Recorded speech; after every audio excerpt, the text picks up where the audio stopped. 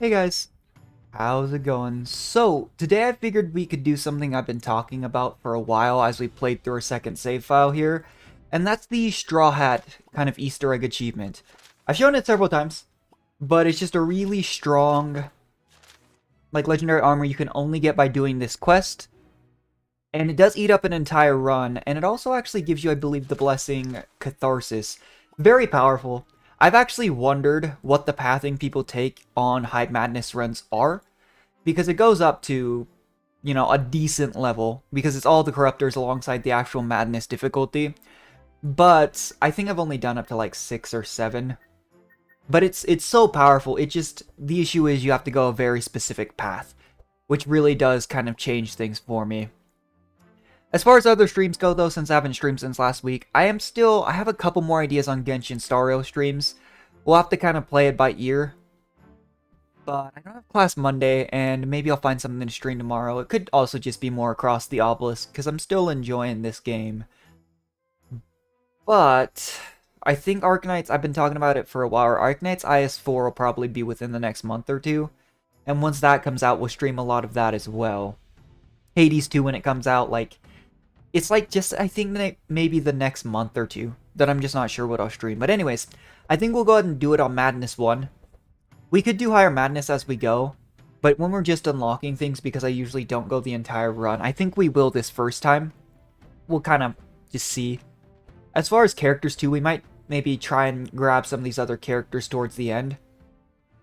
Funnily enough, at the very least, I know Duels and Cornelius you can do in 2 planes. Very quick runs, we just haven't done it. Because we did it on some of our earliest runs when we attempted. I think actually our first run might have been an attempt on unlocking duels, and it did not work. But we'll kind of see. As far as comp goes, I actually really liked our double kind of madness thing we have here, but maybe we'll go back to our stock standard dark comp for a run. We just kind of have to see. Kind of like how I've noted, though, the problem with random combats is they'll have a random immunity. So if we get dark immunity, it's going to be a little painful. It's kind of like how, I've talked about it. I was using Remembrance Cheese in Golden Gears in Star Rail. And if you ran into the elite that was immune to ice, and being frozen, it was really not immune, but, it wasn't going to get frozen. It was really bad. Funnily enough, I actually cleared the top difficulty for the first time on Golden Gears with Nihility comp after getting Black Swan.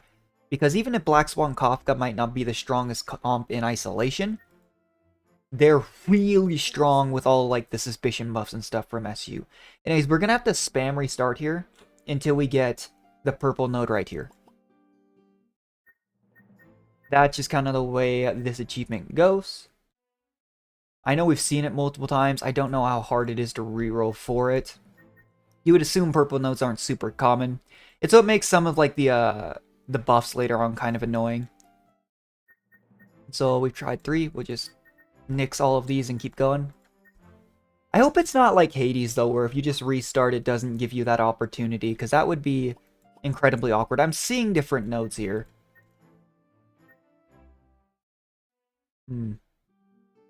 Well. Yeah, we've seen it a couple times, so hopefully this won't take too long. Maybe I should have rerolled for one before I started the stream. I just didn't think about it. Because we saw it so much, but yeah, you have to get Morning at the Lake. It all started. I keep forgetting that starting part's actually voice acting. We keep seeing, that purple event over there. Just need the game to work with me. It's not.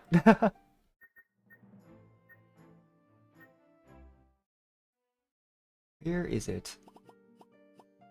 It has to show up eventually, right? Right? This is what, 9 runs we've rerolled? I swear we've seen it 3 or 4 times in the 10 runs we've... Oh, there it is. Okay. I was starting to get a little worried. Anyway. I actually have the full-on guide pulled up on my second monitor. As far as what we have to do, we will take our chest. So... It's Morning at the Lake. Then... a specific node. You have to go Swamp Velkorath. Okay. I'll just have to keep an eye on that. As far as town upgrades go, we get this. Like I was mentioning, we'll probably go for this upgrade. I just don't think the cart's super helpful because I don't go for divination most of the time. Unless I have like a huge excess of resources. And then this is the one you get last. But once you can kind of use those shards to level up, it's pretty nice. We still haven't unlocked a huge amount of the powerful pets here. But we can kind of make it work. In hindsight, I feel like maybe I should give... Who's our second fastest character by base speed? 17, 16. Okay, it's Navalia. We'll give the wolf to Navalia. Like, the more I've realized, though... Hi Makomo, how are you? The more I've gone with this, though, I've realized there's a lot of pets that benefit from being fast and early on in the turn order. Maybe we just get scarabs here. I'm not going to reroll the early shop anymore. I think we have the upgrade on our town upgrade that we could get Cup of Death, but it's still just so rare. I still want to go for a Deja Vu cycle on Nezglek, though. That was interesting. I do feel like maybe going for early dispels the way I usually do is a little bit of a waste, because you don't need them super early, but... usually grab them. I really need to make presets, too, that we can just start early on and just get going. What game is this? This is Across the Obelisk. It's a roguelike or roguelike deck builder. Pretty fun game. I enjoy it. I can't remember how many cards you need to put in this X to get rid of, like, the dark packs. I just don't like doing self-dark or, like, self-burn on Cornelius. It can be really efficient. It just also can kill your own characters really easily in fights. Navalia. Have a couple punches. Where are the... there we go. Couple curses. I think it kind of makes sense, though, that Navalia's starting deck is more skewed towards, like, just general warrior abilities. Because a lot of times you might not even go for dark comp with her. And as always, just some fast AoE block for Magnus here. It's nice having more cards at the start, too. That does help. I didn't realize when we started so many of these cards weren't available at the start.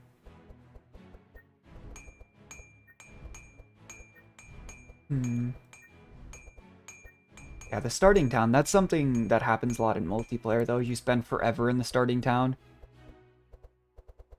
I wish there was a little bit more meaningful multiplayer in this game, though, just because it's just people control fewer characters. Nice, you got Jinyan and Donhung Black Swan? Yeah, very nice. The games have been pretty nice to me, too, recently, actually. I wasn't planning on pulling for Chiori, but because I got Navia so early, I think I might. And then same thing actually with Sparkle, with like Black Swan. It just kind of happened to align for me around the same time as I was getting some early 5 stars. And they're strong characters. Like, especially, I beat the top difficulty in Golden Gears about a week ago using Kafka Black Swan Nihility. Because even if, you know, it's not necessarily the strongest comp outside of Simulated Universe, you can definitely make some stuff work. Yeah, I've heard Chiori's off-field damage dealer. I'm not sure how well she's going to work with Navalia. Sorry, not Navalia. That's this character, Navia.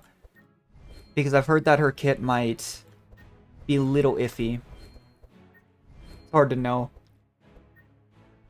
But I'll kind of take a look at her kit when she does finally release, because I know everything's still subject to change.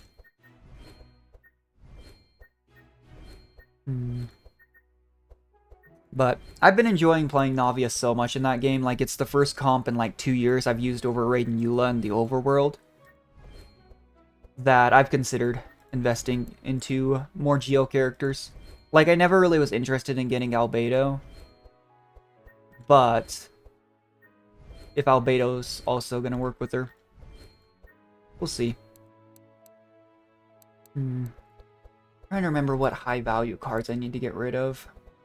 Or sorry, not get rid of, upgrade here. It's definitely super helpful. Like, I could just make... These aren't fully upgraded presets, but it might even be good just to make presets here. Save me some time. Why can't I... The current card has an injury, boon, or special corrupted card. You won't be able to save load. Do I have a special corrupted card? What? I guess I did make a preset for Magnus. Okay, apparently Novalia has something that makes it so I can't. That's weird. Alright, let's just get going.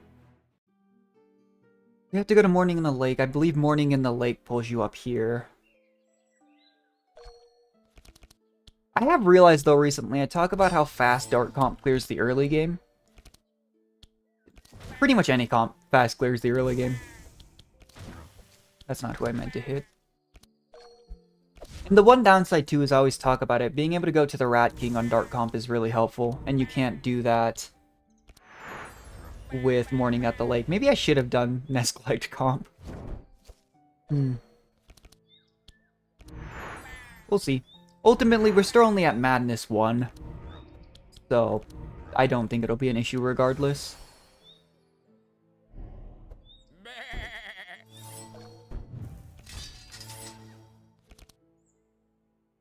Yeah, part of the reason I'd avoided this achievement, though, is it's super hard to work on it. You're saving for Acheron? Yeah, I'm excited for Acheron, too. I think my, most anticipated character for Penacony was Acheron. And then in Genshin, it was Chlorand, who I think is going to be one of the last characters to release for Fontaine. We have to look around for something unusual. Barret and Synethia under a big tree.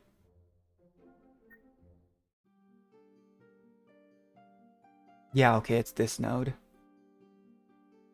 Distress, Bandit Patrol. I can't even remember what events we're going to be able to do, because I've literally done this questline once. Just for the unlock.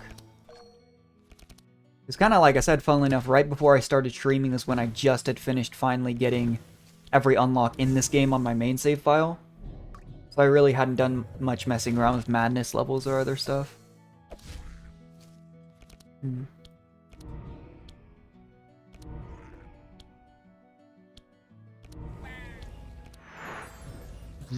But we'll see. Maybe this will be the run we finally get the dark one too.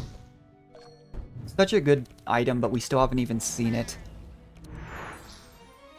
Which is weird because we've seen some things like Lightbringer and stuff multiple times by this point. How many runs have we done at this point? I know I reset a bunch of runs last stream just to get some unlocks, but looks like 13. Have we seen, though, like every other weapon? We haven't seen Bloodseeker, but I think that's an event-specific one. We haven't seen the Bonk Hammer, really? I thought we had. Interesting. Maybe that was on a weekly. I could have sworn we've seen that while I was streaming. Just hit the bandits. I'm super overdoing rolls in this game. Last stream we failed like 285% checks, and I was just not about that.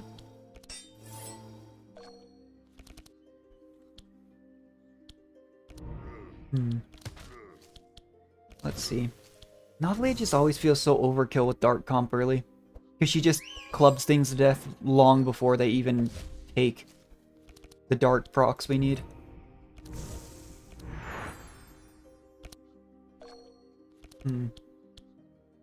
I've been a big fan, though, recently of doing some Nest Collect runs.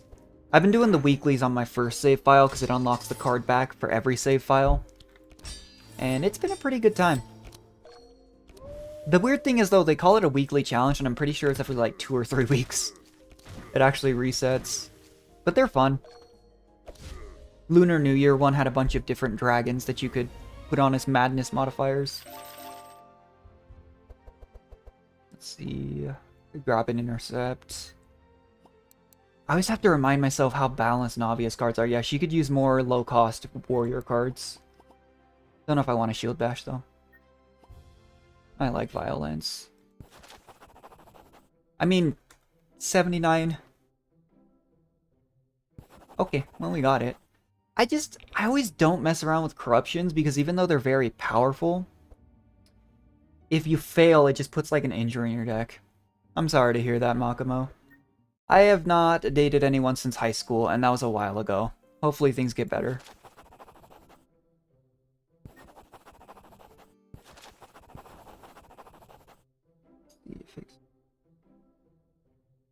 Is near the Southeast Fang Gate. Southeast Fang Gate. Hold on, let me look at this page again.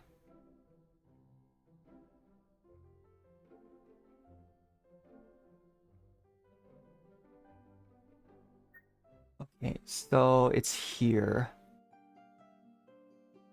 Nice when they put the quest markers on because you have to get 2 keys in this quest line and it doesn't tell you where they are.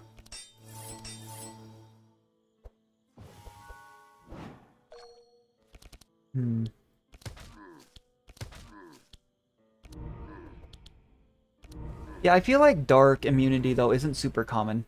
Like decay, that's not gonna affect anything this early game because they're not really healing. I guess the damage haft is detrimental. But I do feel like some immunities are more common than others, which makes sense. If you're doing dark comp, you're pretty singularly devoted to it. I forgot to get rid of the bad auguries. Sight is something that I feel like on like higher difficulties is nice, and then it's obviously good for Nezglet because that's how he heals. But a lot of the times I just don't really mess with it. They just don't think it's... Like, it's nice to know what they're doing, but you generally know a lot of times what they're going to do. Yeah, it's kind of overrated. I mean, I don't think your kit ended up being super powerful. It was, pretty bad, actually, pre-Sumeru, before Dendro reaction. I'm always a big fan of off-field DPS, but I'm also biased. I really like Yai.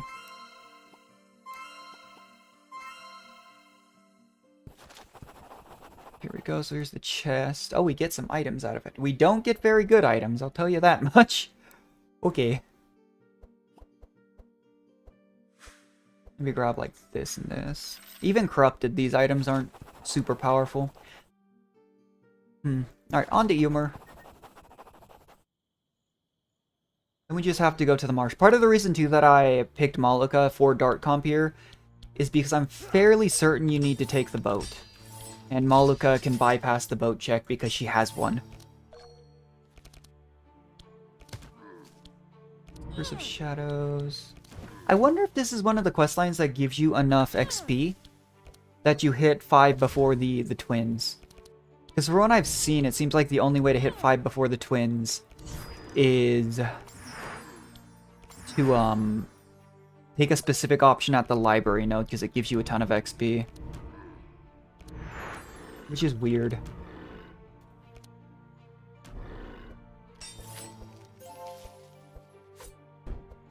Okay, yeah, we just have to go to one specific spot in the forest and it'll give me a key. I kind of like these achievement runs though, just because even if we reset the run before we finish it, for the sake of unlocking multiple things in a stream and not doing like one-run streams, they bring you to places you probably wouldn't go very often.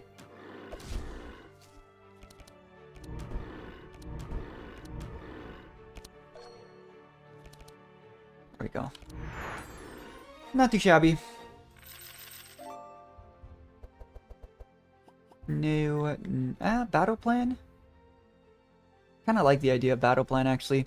I get really lazy when it comes to scrying cards, but they are helpful. What else we got? Shield of Thorn Shore.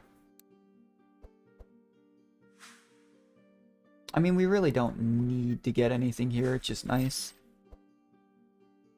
Well, I just saved my gold too. Yeah, Green Portal. I didn't know you had to go to Green Portal second. That's what the guide says. I just thought you had to get 2 keys. Yeah, it's over here. Has it always mentioned? I swear when I did this achievement for the first time, they didn't have it updated to show you the quest nodes. Which made it so much harder for no reason. A gold item here too, jeez. This would be better for Heiner than it would be for Magnus. Because Magnus just really doesn't want to be slow. What was it I was going to remove? Oh, the Bad Auguries. How much will it cost? 45? That's fine. I just take some upgrades. I think for most comps, as weird as card RNG can be, you'll usually be able to get some decent cards as you go. It's just whether or not you need to invest in getting them early.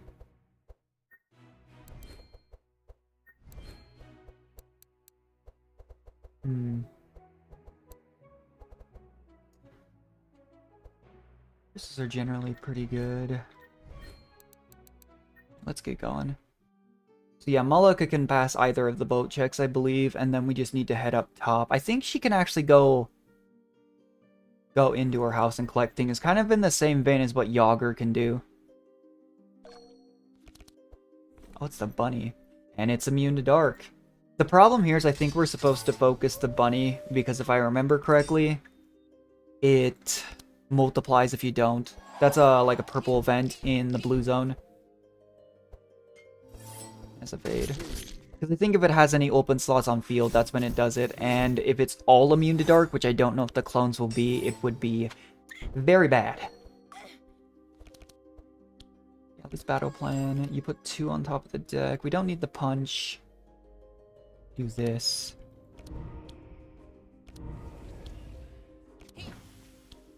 We should be able to slowly slug it down, but this is exactly what happens when you run into dark immune enemies with this comp. It's not good. Luckily, a lot of dark cards have kind of backup damage sources.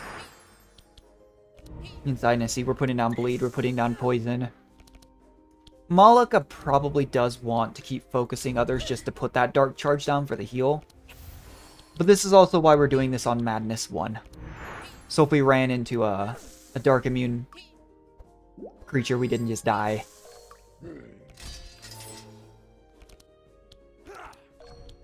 Because I'm pretty sure at top Madness you have every modifier enabled.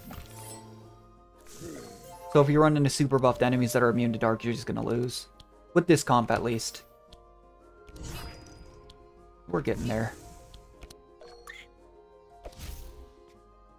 Did that thing just random the mosquito? I know random can hit stealth enemies, as well as like bounce spells, it's just I usually don't expect it to. Oh, didn't mean to lower it that much. The bunny's dead if it doesn't heal, but I can never remember what the bunny can do.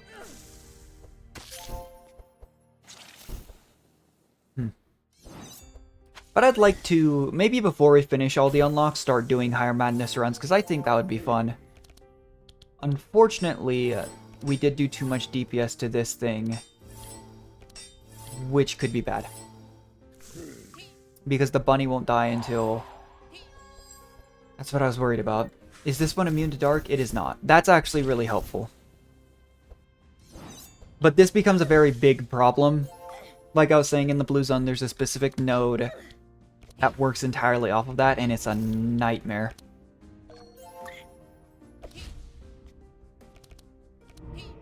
Alright, not too bad. We've got... I'd actually be super down for that. It's a lot of block. Usually, the one that really focuses on guards is Heiner, because the other upgrade, the gold upgrade, has Fortify. And at some point, when you're playing Heiner, you just go for the wall. Yeah, she has her own boat. Oh, mosquito nest. I mean, we can fight him. I was about to say, for the sake of time, maybe we don't need to, but... Immune to lightning. Yeah, that's fine. Shouldn't be too bad. Yeah, I've always been a big fan in roguelikes of the Slay the Spire style of, you know, difficulty increase, where you just generally keep adding on small modifiers. I think it's pretty fun.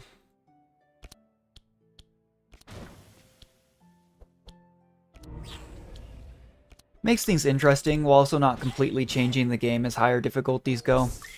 Well, I say not completely change the game, but those buffs do change what you can do, I guess.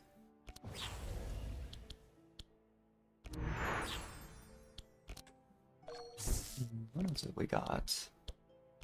Probably dispel that. We don't have super high health pools right now, so putting that much bleed on allies is a little dangerous.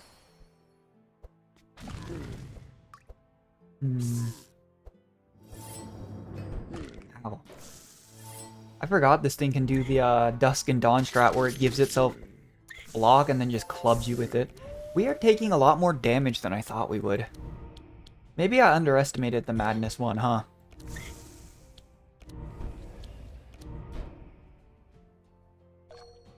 It'll probably be okay. I don't think I've ever lost a Madness 1 run outside of like the early game account, right? Where you're still unlocking everything, where you're still getting all your pieces. Once you have like rank 50 on characters, I don't think Madness 1 is really a challenge either, to be honest. Still fun though. What have we got? I'm actually down for a Dispel on Magnus for now. The Voodoo Doll is good. I really like the self-dispel items, they're nice. But I often talk about how I think I just overrate. I overrate the value of dispels because sometimes I just don't think they're necessary. I keep not looking at these Obelisk challenges as well. I could be focusing on them more, I'm just not probably going to. Because at the end of the day, I think this first run's just to showcase off the power of the Straw Hat questline. But it's just interesting, because part of it, too, for me, was just kind of trying to remember what this path gives you, you know? Because I have been curious if it wouldn't be a valid strategy for high madness to just follow this exact pathing. Because then you're guaranteed, right, to get a prismatic armor. You're guaranteed to have the catharsis blessing. Of course, you would have to reset until you get the node, similar to what we did at the start of the stream. But even if you just happen to see it, you know? Like, you just happen to boot up like a Madness 10 plus run, you know? And you see, okay, I have Morning at the Lake. Would you do it? Because so far I'm not super impressed with what you can do. Because you'd still probably have to pass the boat check or pay. Because you probably aren't running Malika at High Darkness. So that kind of leads me to believe maybe this isn't the way to go. But I've looked at strats. A lot of people do Sharp Sylvie at high tier. I think Gustav and Wilbur are very commonly used. From what I've seen, though, healer is basically anyone not named Malika. I guess we can do this for the armor. I've always been bad about, because I played Heiner for so long at the start of my previous save file, putting down block energy, or energy on block, when it won't last to the following turn. And it's definitely dumb. I could take that.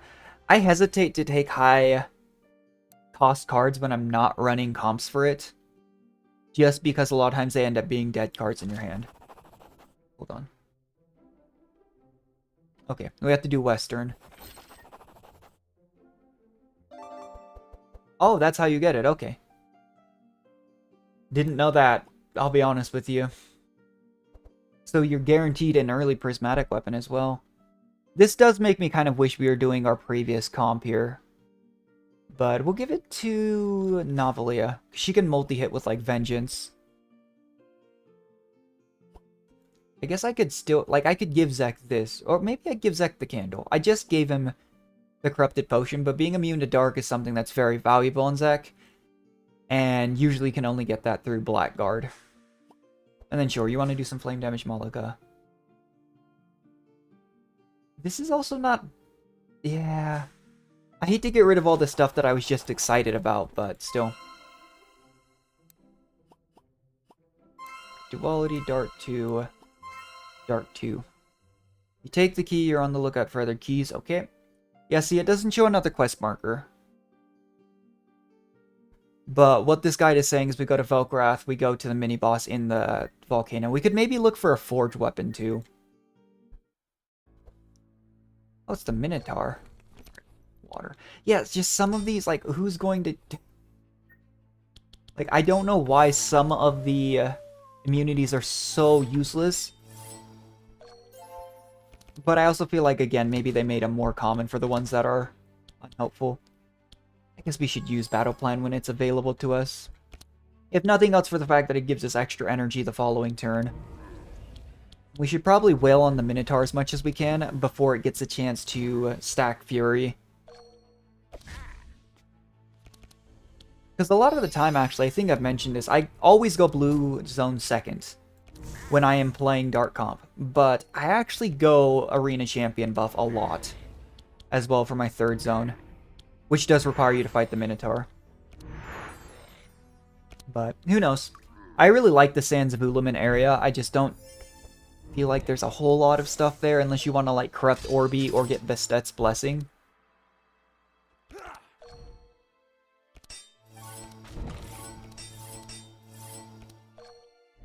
Yeah, not too bad. I mean, basically every fight early on will get excellent on because they'll die within a couple turns.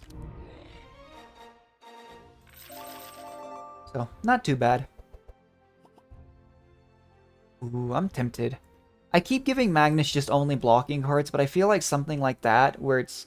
I mean, it's Vanish, right? And we talk about how, as you get more of the Magnus talents we go for, he can go for more aggressive cards. Or just higher cost cards. Interesting.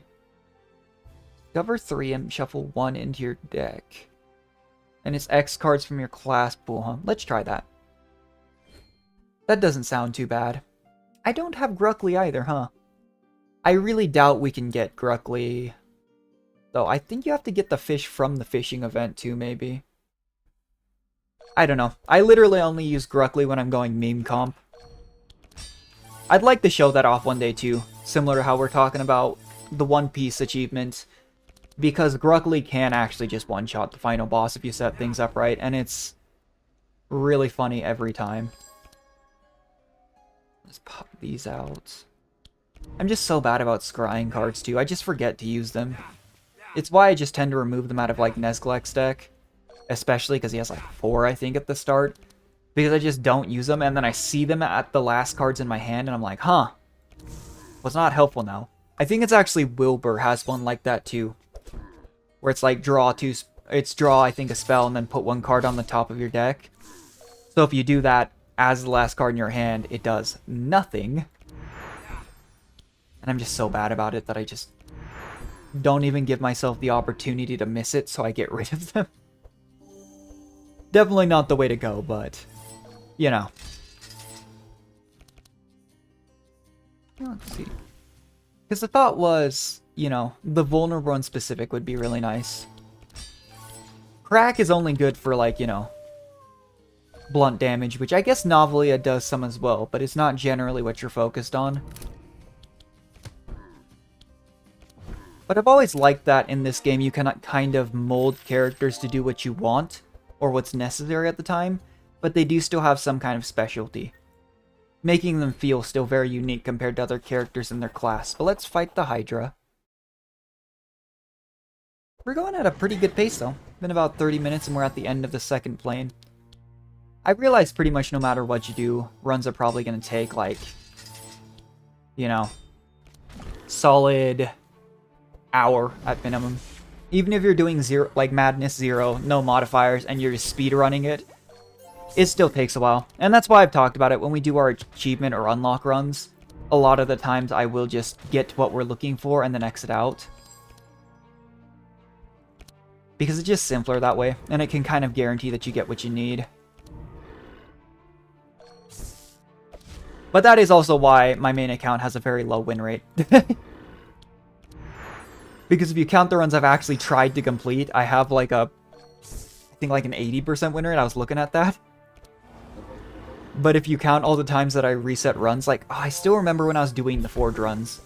We can try and unlock one of those weapons, I think, on this run here, but so frustrating. Because I routinely lose like 80 plus percent chance runs, or rolls, sorry. So needing to pass like sometimes like 30% on the forge just does not work out. This. Yeah, we could kill it. When units are dead like that though, it still saves you some energy to just finish them off immediately.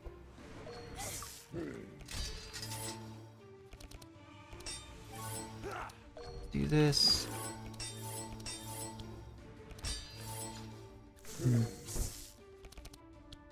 I do actually think the Hydra is my least favorite boss to fight, if I can avoid it. So that's another thing against Morning at the Lake run. Ooh.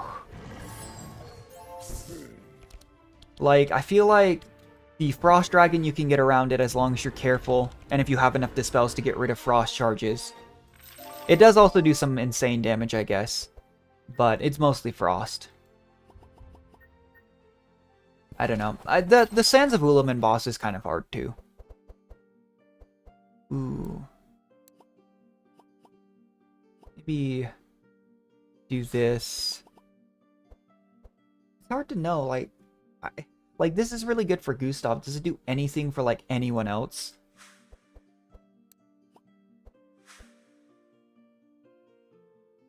Because it just changes it from applying Flame to applying Insanity. I guess no one else on the team really makes use of Insanity. So just getting the immediate damage off fire might be good.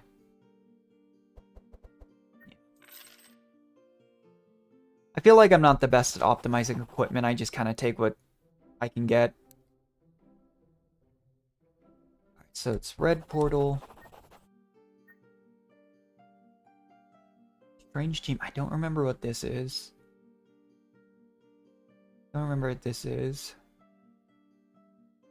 I know we can just take a fight here because we did it for... You get the log off just taking this fight here for the beaver unlocks. The thing is, though, we unlock the one beaver that I think is actually really helpful. The other two I'm not as big a fan. We have to go here. You know, so we could go downwards. I don't feel like there's anything super valuable. We could do Arena Champion. And just go Forge. We got... Oh, that's another thing that's so good for Nesglect. I feel like that happens so much, though. Where you find ridiculously good equipment for characters that aren't in your current team, and it makes me sad every time.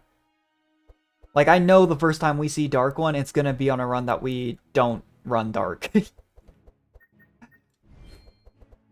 Have we even seen, like, the Mirror of Cassandra? That's another, like, really powerful one. I think a lot, like, half of the prismatics are... Yeah, we haven't. Half the prismatics, I feel like, are specific to one character. Or, like, just one playstyle. Like the Dark One. But then there's cards like Mirror of Cassandra that are literally just good no matter who you get it on any team. Like, I was actually really surprised that they added kind of a watered-down version of the Mirror in that... It's like the Void Crystal with this last DLC. Helpful stuff, but it only works at, like, the first spell of, you know, a battle. Can I grab Mass Dispel here? Yeah, we can. Alright, yeah, let's go fight the Minotaur. Sure. Oh, we got another Dark Immune. That's unfortunate. Luckily, we don't have to focus this one, so we can just isolate it and then work on it. Let me just get rid of a couple of these. But this is, as always, where I think Novelia really shines. Warrior Duality just gives her the opportunity to play so many more cards. Get so much more value, I feel like. Like, she's one of my favorite characters to run. I just wish she was better. Like, I really like running the Queen. I really like running Heiner. But a lot of these characters I just don't think you'd run. Like, I don't enjoy always messing around with Gustav, because Gustav's stanzas sometimes are kind of iffy and inconsistent. But Gustav is really good. Yeah, any curse we... Oh, this one can heal too. Any cursor card we have that'll put down some status. I guess Malika in general will apply Flame with Hit. Is probably good to drop immediately. I need more warrior cards though still in Novelia's deck. Because she's just not proccing duality on some hands as much as would be nice. That. Yeah, that's fine. And to be fair, we have like 2 cards, this being one of them, that Magnus can use to attack. I still personally think that's the way to go though. Just having Magnus be fast. At higher difficulty, I give him more debuff cards, like more of the Howls as well. Very helpful. And it's kind of a good example of why I don't think that, you know, Frost ends up being super helpful, because there's other ways to get around enemy speed. that don't involve you dedicating the entire team comp to it, like this Captain's Howl.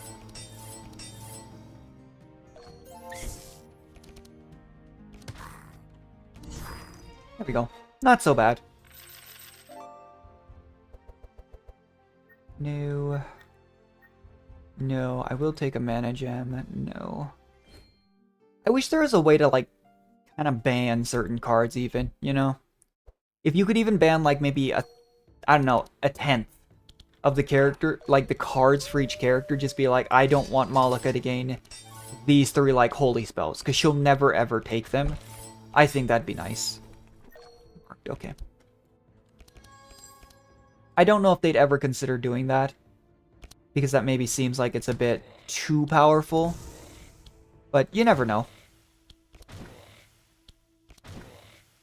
Good old sandworm. It's always so weird for me seeing random encounters, though, just because it's enemies you would never see here normally, just showing up for fun. Like a drawn Unholy Storm. We talked about how we might not get to play that card, but when it's in the first hand, you're gonna be able to play it with starting energy.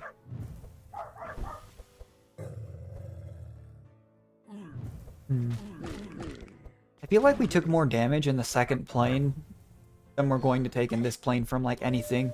Which is weird because the second versus third plane does scale enemies.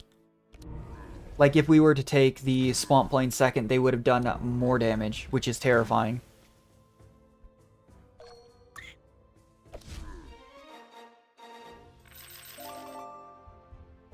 Alright, another Stockade's nice. No, Deep Darkness is good. No. What have we got? Yeah, we just participate.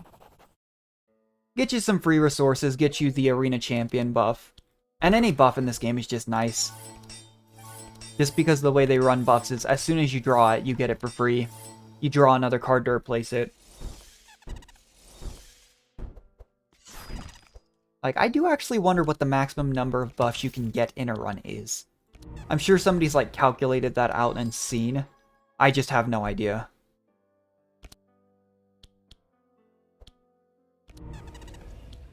I don't know. There's so many interesting things about games like this, right? Because, like, I prioritize certain monsters. I would imagine people with different playstyles don't always focus the same things. Like, out of these 4, I always focus the squirrel first, and then I really don't care what order I do the rest in. But it just kind of depends. It's one of those, like, anecdotal things, you know? Anyway. Always dispelling slow on Magnus is important. And I really do like using Heiner over Magnus. It's just... I don't know if for effectiveness that's the way to go. It's funny for the meme.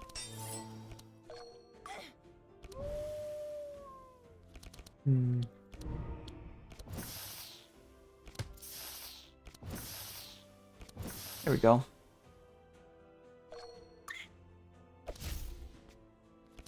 Yeah. Can't do anything because it's stealth. We can Unholy Storm, that's helpful. Oh, okay. I didn't think that was going to do that much damage. Another Stockade's good. Yeah, I'm trying to figure out, though, what comp we'll use once we really start doing our higher level grinding. Because I do think going with Nesglet Gustav is a really good way to go, which makes me feel like I should learn Sylvie comp. I would imagine that's probably the way to go. And I've heard, you know, if you can stack Sharp. There's actually a buff that I got recently that I didn't know existed, where Sharp stacks don't dispel on turn end. I just never really focused on Sharp in my other save file because I didn't know how good it was. And that could be the way to go, too. Just stack a bunch of Scout cards for that on Sylvie and Gustav and then scale. I don't know if there's a multiplier card for Sharp the way there is for Fury and other similar kind of aspects here. But we're getting there. I need to dispel.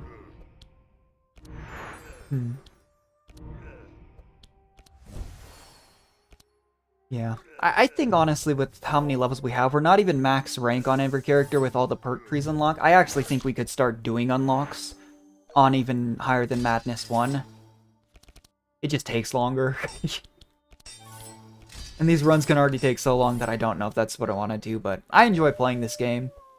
But it is one of those games I kind of play by myself and just kind of turn on some music, watch a stream or something.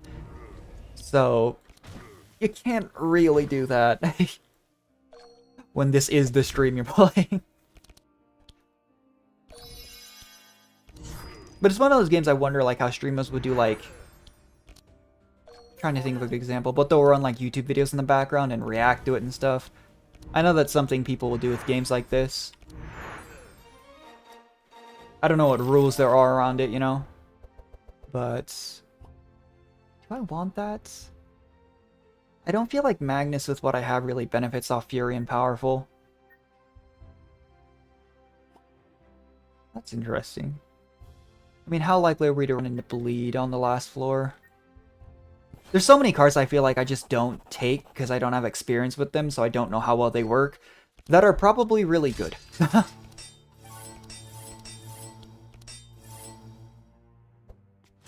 Let's see. Okay, so it didn't do the Fury. That's the thing with monsters here, too, is they have high enough health pools that they can get away with Fury. Gruckly actually... I should have done this earlier. Gruckly actually will just die if you do too much Fury and you don't have immunity. I don't know if there's another equipment other than Bloodguard that makes you immune to bleed, actually. Because I completely forgot about this candle, because I'd, like, seen it, I think, once. And these super quest-specific items aren't exactly viable to use for those strategies most of the time. Right. Down goes the Minotaur. That gives us Arena Champion. One more key, though.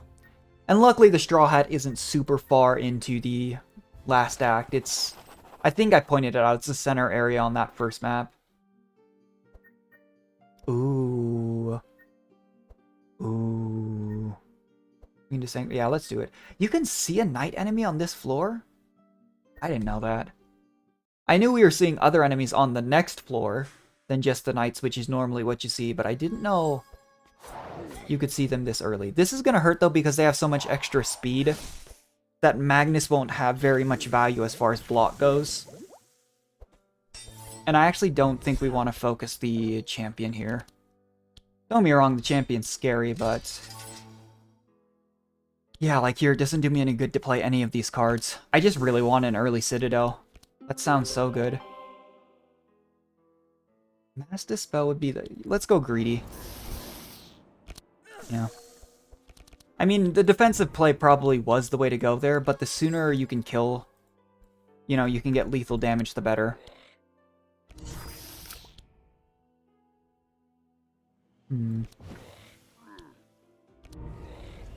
Shadow Imbuement early on was really helpful. Alright, Dragon's dead before it can transfer curses. That's important. Let's go for a lethal on the Spider if we can get it. Good. Exhaust the Knight. I mean, they're still faster than Magnus. That's nuts. Was actually a pretty powerful modifier, though. But this is another kind of niche instance where, because of the build I'm going for Magnus, he's useless in a fight like this. Like, I can give 8 armor next turn, debuff here, but any block I apply this turn isn't going to do anything. Yeah. I actually think we could focus the Knight now. That's not so bad. Like I've kind of said, though, I don't think a lot of the Madness buffs are super bad. It's not like you're going to take a Death's Door or anything. I just don't usually do them because I don't think about it. Unless I see, like, a shiny, oh, you can get a Citadel like we did here. Yeah, that's so good. In fact, had we even seen it prior to this point? You might not get to play it again this early on, but just having it is pretty neat. Valiant Defender, sure. Wild Legacy. Station and Vaccine. You know, actually, can't you... this is the Wilbur unlock. I guess it doesn't matter. I don't think we can go library here. I think we're going to do this. There's a higher chance that someone gets an injury, but if we fail this 71% check, we just lose out on, you know, the achievement we just spent an entire run doing. Really? That's what I'm talking about, though. They get this probability based on it just draws a random card from your deck, so it calculates out the statistics. So Magnus took a 61% chance and lost, and Zek took an 88% chance and lost to draw a card with higher value than 1. I don't understand how this always happens, but here we go. We can go to the Forge. I believe it's just... Yeah, it just says after the challenging battle you get the key, so it shouldn't matter which way we go. I don't recall what that node's even for. You know what? Rare equipment shot, sure. Tabula Rasa is just it. Literally purges all, dispels all, but Dark we're usually ramping up and proccing in one turn cycle anyways. So it's probably okay. And it's to a random monster, it's not to every monster. There's a Citadel.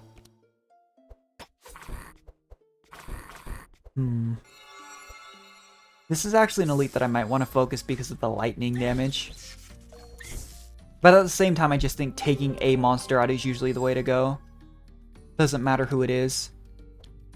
Maybe I should have kept a punch or two. Like, do we go front to back here? Might not be the wisest thing to do, but I think... Maybe spread some damage. I don't know. I'm not the expert on strategies in this game. I'm a pretty casual player. This game's been around for a while. People have done Madness 15 a long time ago. The issue is, I don't remember. I wasn't paying attention. Did it tell me who got the Tabula Rasa? Because that does also change things. Also, I did not realize that Divine Guidance would always be holy spells. That's really awkward.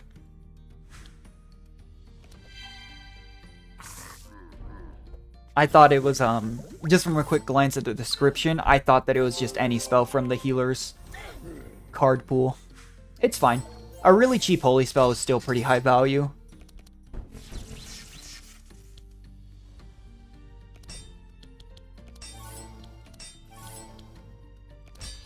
But this is kind of why I wanted Citadel and Magnus, is with the strategy I go for, he gets to a point where he could play it realistically pretty easily.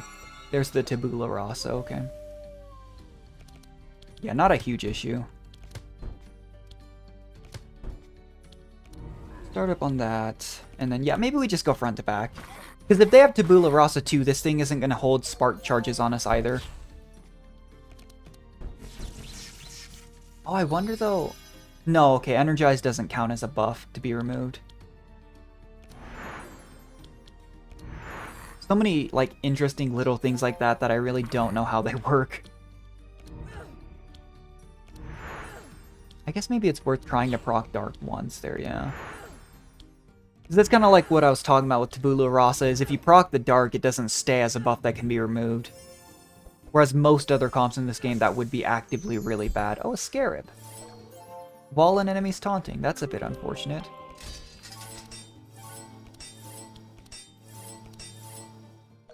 Can I do enough damage to take out the Scarab? Maybe not through the taunt. I should have finished this thing off. I just didn't know I was going to do that. Or that we were going to get a Scarab. Because we have the pet that makes them more common, and this is the first one we've seen despite that. Yeah, it's unfortunate. Maybe we should still go for it. Scarabs are really high value if you can get them. Okay. Never mind. Took a lot more damage than I thought it would there. Let's see what's in this rare equipment shop, though, because it could be pretty meaningful. Not bad. Zek didn't have a weapon. We could have corrupted this if we were going for that. Do we still have... Ooh. Bit of a janky combo, but with it, she applies bleed on hit. She'll also apply poison on hit. Not bad. Every turn cast power, This is the forge I was talking about. You have to do all of them to try and unlock all of these. We'll go for the highest chance one, even though,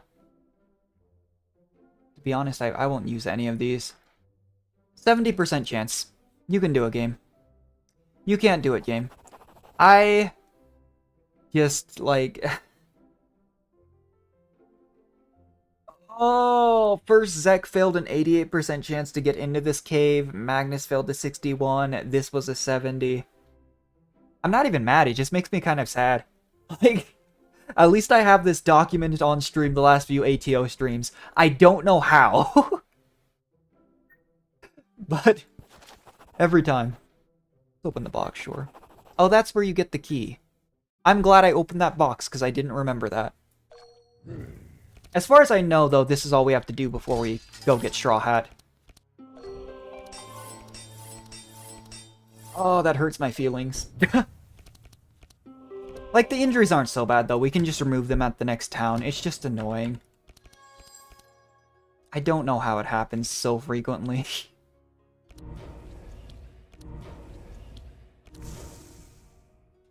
Yeah, you can see she's hitting with her prismatic weapon. She's applying bleed on hit. Ring lets her apply poison. Oh, I should have played this first. Super powerful stuff. Those little combos, though, are so nice. I mean, on Dark Comp, I think I've shown off the ring that for every Dark Charge you apply, you get Sanctify. Makes runs so much safer with Sanctify on that scale. Yeah, we'll just do this. Anytime that's in my opening hand in a multi-enemy fight, we'll probably just play it. It would have been nice to get, like, her buff and stuff down. I think that was Yin Ritual. But, eh.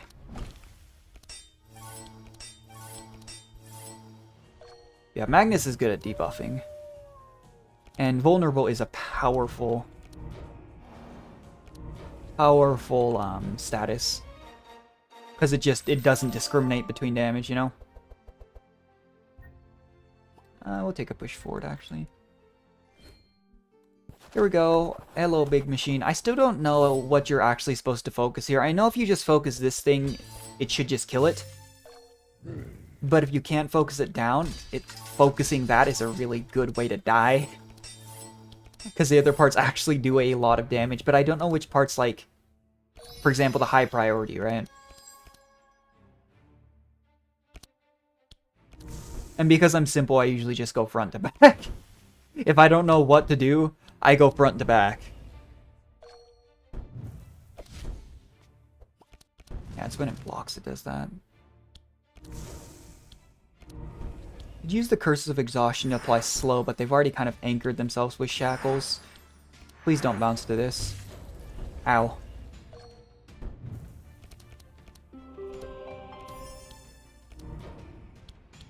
That's one piece down. It won't be dead at the start of its turn, but at the end. That's fine.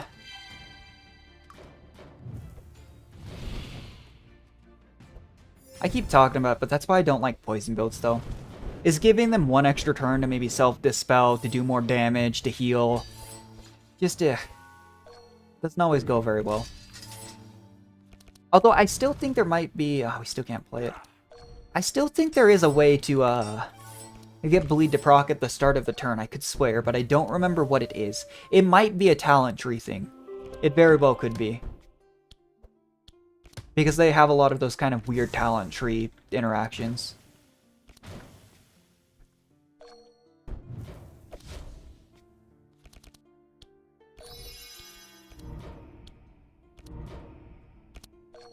Maybe I didn't need to go front to back. Hindsight being, you know, what it is. I wish I hadn't taken this, though. Looking at it, I guess it makes sense, right, from the picture that it would be holy spells. But, I didn't know it was. Taking a lot of burn, though. Ow! I forgot I could do that. To be honest, maybe we just I probably could have just focused the core from the start and been done with the fight already. But, yeah, let's give it a try. Hopefully the launcher doesn't do something like that again. Definitely didn't feel great.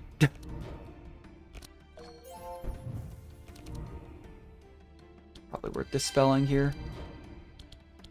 Oh yeah, I definitely could have focused the core. That's awkward. I didn't think it'd die that fast. Alright, let's loot the Dwarven Machine. What have we got? Oh, there's Bloodguard. I was just talking about that. Oh, Chalice. That's good. What else could we get? These, like, safety items are really good. Don't think we'll use them. Do we have a ring? We'll just take the gold. Maybe we get lucky we can buy a prismatic item later on because we saved the money. Okay, what's this? Storm. All heroes lightning. Minotaur immune to bleed. Ooh, that means Novalia can't apply bleed or poison, though. We'll try it. Worst comes to worst, we lose. You know, that is generally the worst thing that can happen in these runs.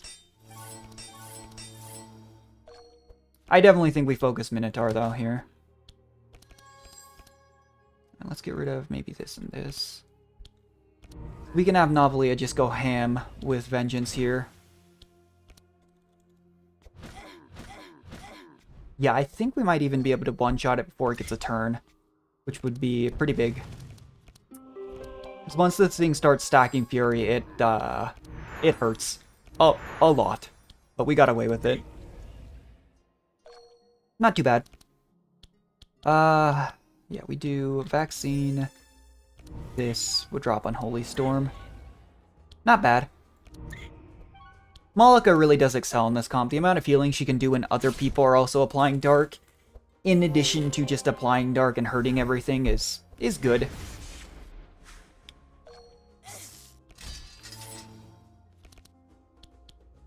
Valiant Defender. Yeah, we haven't been able to play Citadel yet, but you also have to consider Magnus's last talent that we get is extra just energy regen too. Maybe I should have focused the healer. I feel like a lot of my choices I've made so far this run haven't mattered. They just have made it... battles maybe take an extra turn than they needed to. Which is fine. What do we got? No, that would have been good on Novalia. No, I'll take that curse. I do still feel like I need to get... That's not a great chop. I guess I could just give Zek a ring so he has something. It's better than nothing. Why did I not get the ring that had more HP? I kind of just saw the corrupted and thought, ooh, that's fine. An exotic, ooh. Cold hand, yeah, sure, why not? What's this, immune to Sanctify? I didn't even think about that, but if it was immune to Dark, we just don't take... Yeah, Cold Hand, so... Damage, I think, with hit? Is that when you get hit or on hit? Everyone's gonna be super slowed. The good thing Malika has, like, 4 dispels. Oh, everyone gets it, okay. I actually don't think we'll be one-shotting this enemy, so maybe we should just focus Dragon here. What would just do? This, of course, will backfire if the dragon does transfer curses early, but I think we can one-shot it. And yeah, it looks like it's when we get hit, not when they hit. That could be bad. Okay. Dragon's dead, but this thing can heal, so it might be worth it for Malika just to finish it off. Okay, that's fine. It's unfortunate to draw these 2 cards when I can't play them, but I really do not want the Priestess to heal the dragon. Yeah, and it's on hit. I guess it doesn't count if you block, though. That's good. Look at that. Another plus side is I don't think any of these enemies really make use of the cold resist.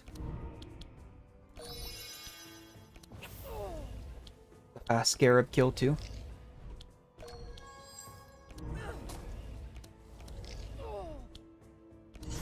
Yeah, not a bad fight. I don't feel like we were ever really in danger with this corruption. I don't know, though. Every time we've taken, like, corruption modifiers in the weeklies, it's been scary. to say the least.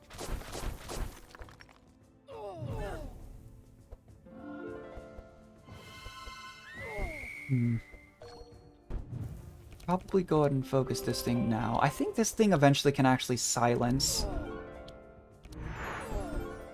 Mass Dispel here. Mass Dispel is such a good card just because of the way this game works. Like in some games, debuff removal really doesn't matter, to be honest, but it's so good in ATO. What have we got? A slow... He's so close to being able to use Citadel every time it comes around, I swear. If I can get an energy equipment, maybe I would give it to him just so that he can do that. Because I've been talking for so long about how much I like this card and he hasn't even gotten to play it. And we got it really early. With no... Yeah, just because of Warrior Duality, she'll probably be able to play higher cost cards. Oh, that's really good. Give it to Malika, sure. Oh, we got the Bonk Hammer, too. Go figure. This game has given me a lot of stuff I didn't think it'd give me. I'm actually going to give it to Magnus. He doesn't make use of the plus 3 damage very much. But I'm afraid of giving it to Zek and then getting Dark One, because I'm pretty sure Straw Hat gives you a guaranteed prismatic weapon as well. I could be incorrect, and in that case it would be very sad. But I could have sworn it was. Is the Emerald Staff worth it? Probably.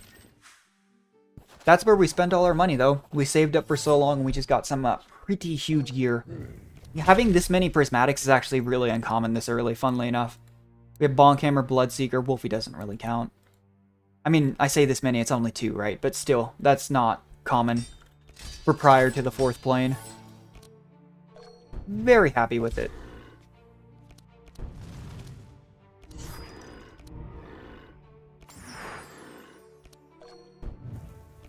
Here we go.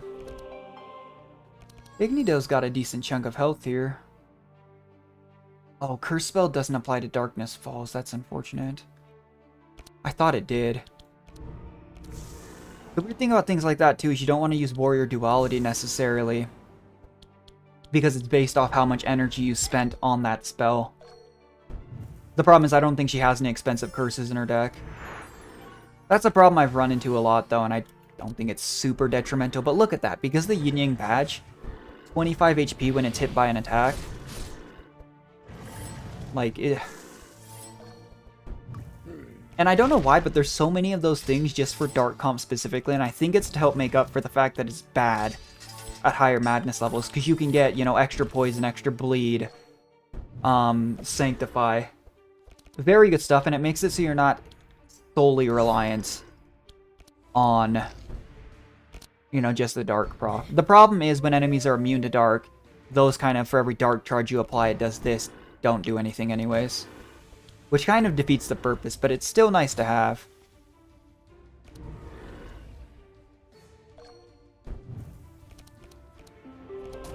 Yeah, pretty fast Ignito fight. 2 turn.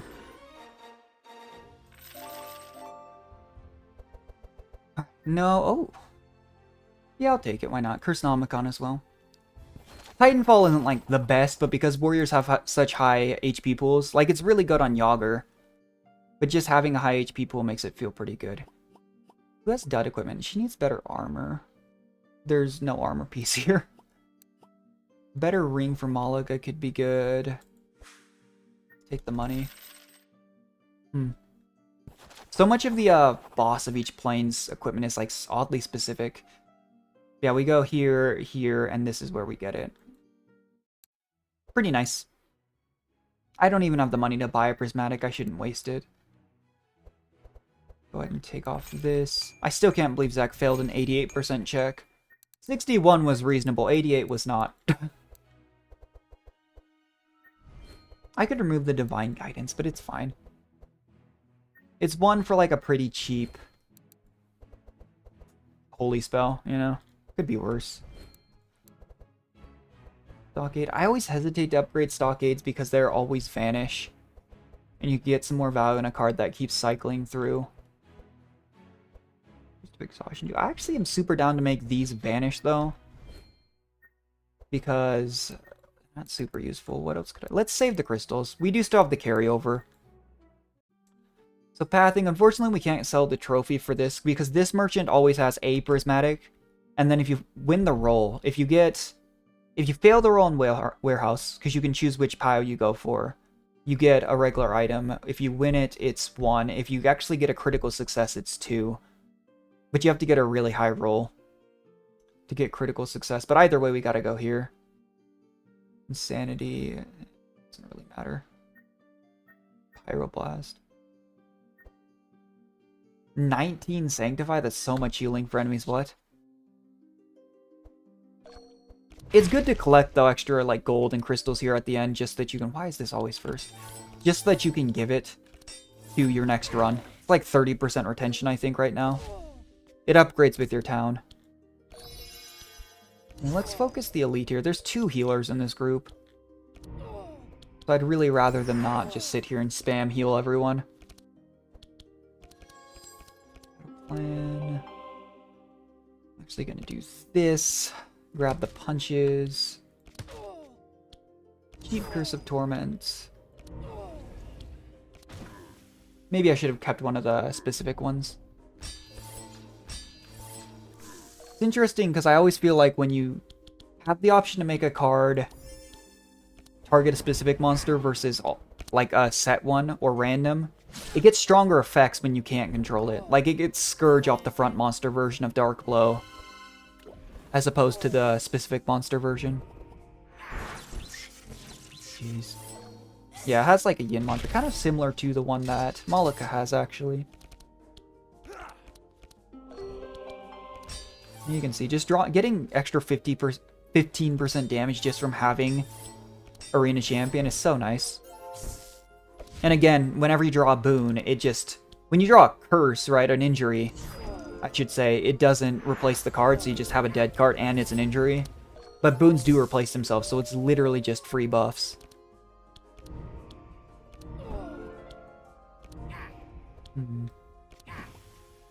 Yeah, it's so weird with random comments to have 2 healer-focused enemies, one of which is the elite. Not that bad for me, but it's just weird. Try this. Is it always these 3 too?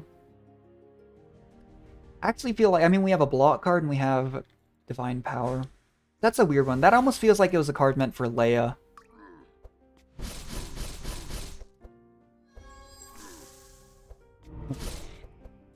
I don't know, though. I actually think one of my favorite carries at high difficulty is Reginald.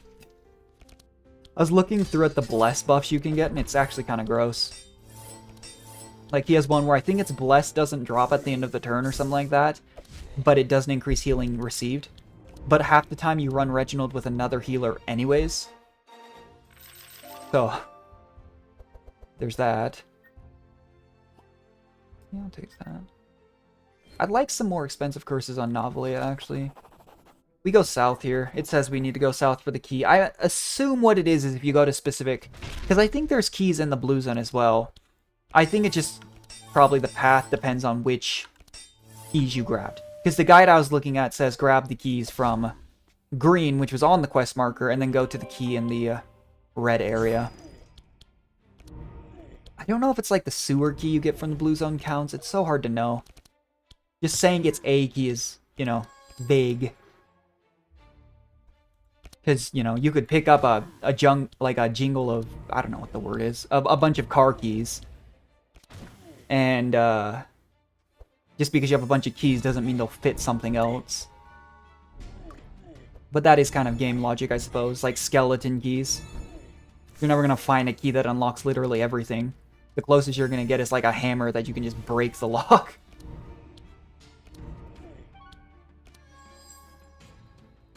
Probably the closest thing you're going to get to a one-size-fit-all.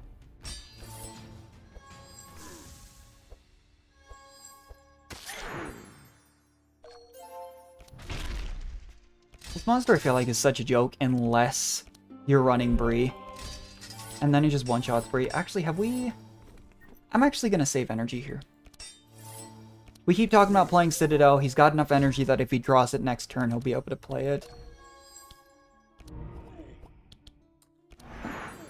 Why is this thing not gaining darkness? Am I going crazy? Is it... What? That was weird. Oh, it has evade, that's why. I didn't even see that. Unless that's what it just got. I don't know. Sometimes stuff happens in this game and I couldn't even tell you, like, how it works.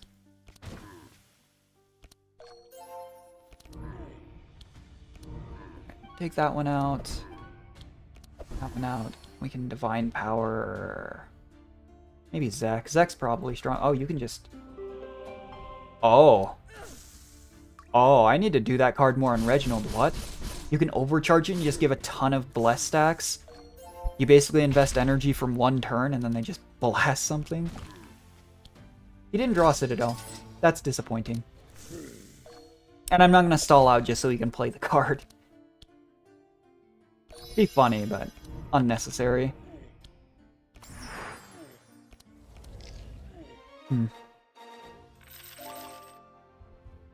Alright, I don't even know if we have to take another fight to do this, but yeah, we unlock this one. 9+ roll to pick the lock. I wonder how that works. We're getting there. One more fight. 75 max HP, geez. Immune to poison, that's fine. I am crossing my fingers we do not run into a late game champion immune to dark. Would actually be the worst thing. I don't even think we need to focus this champion. I think I might focus the backline again. Just summon A specifically, I feel like, aren't as dangerous if you leave him alive.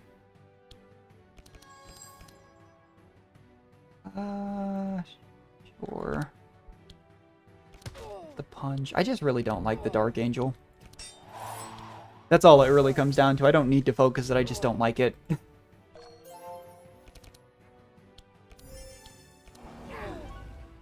Yeah, I feel like I recall the first time I did the Straw Hat questline, and the only time I did it, it gave me Mirror of Cassandra, so that's what makes me think it probably does just give you a Prismatic, because the guaranteed Mirror of Cassandra would be even more broken, I think, than just getting a Prismatic, because some Prismatics just don't do anything for you on a given comp.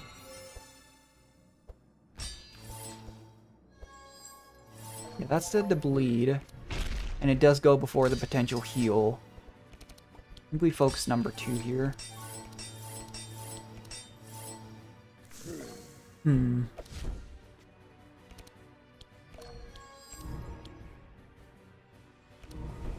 Actually... Maybe I should. That's a bad time to draw Chrysanomicon. Maybe I should focus the big boy. I'm gonna take a few dark procs just because of how much HP it has.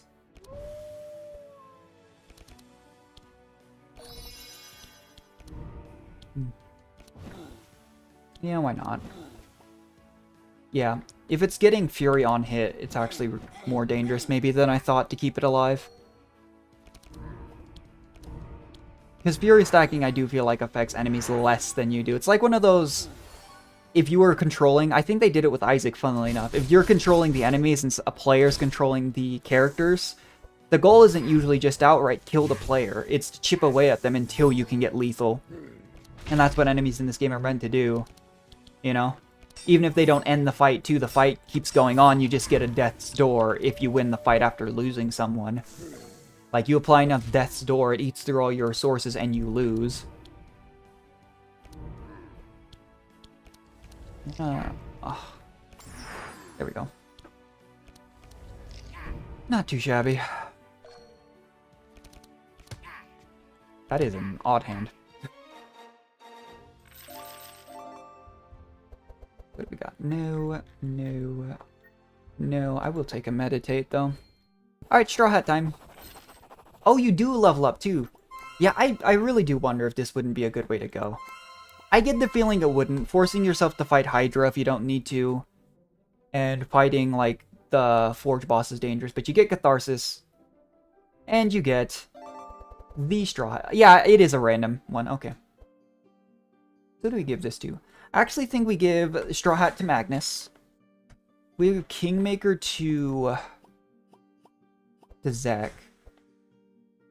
Yeah, it's so good. Every turn you get 2 inspiration, draw extra cards, you get extra max HP and extra damage. It's really good. When you evade... That's got to be a scout-specific card. Extra dart charges to Malika, sure. I mean, at this point, actually, we probably just give this, not because she'll evade, but because it's better stats than the Corrupted Plate she started with. But yeah, maybe a little anticlimactic, but still, Straw Hat is such a good questline. I did not know that was another way you could hit level 5 prior to the twins. The only one I knew of was the library. Because there's a note that instead of having a mage get a card, you just get XP. That's good. Level 5 before the twins is so helpful. Because it just base stats, you know, extra HP, extra stats, plus the effect. Just stupidly good.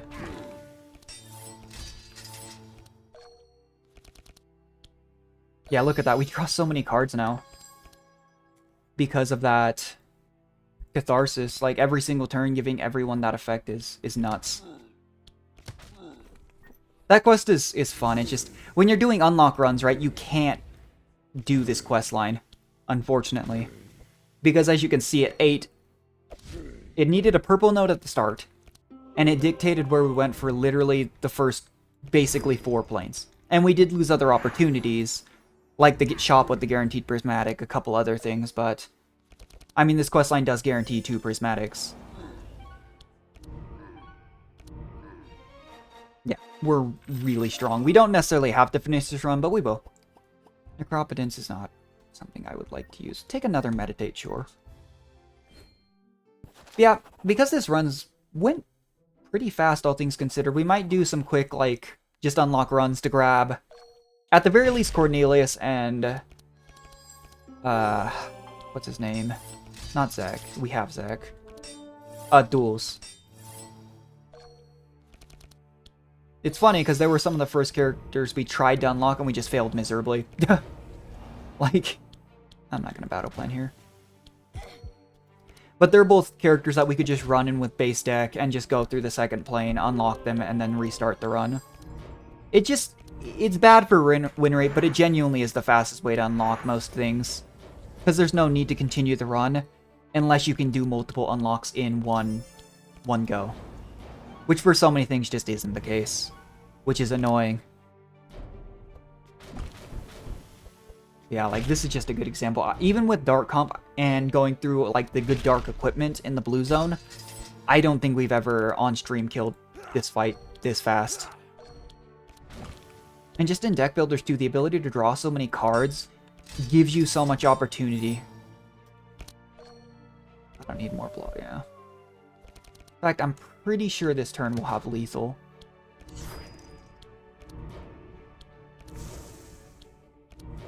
Oops. Oh, I miscalculated. I forgot Magic Duality only procs 4 times. I was about to say I could free Titanfall after all that.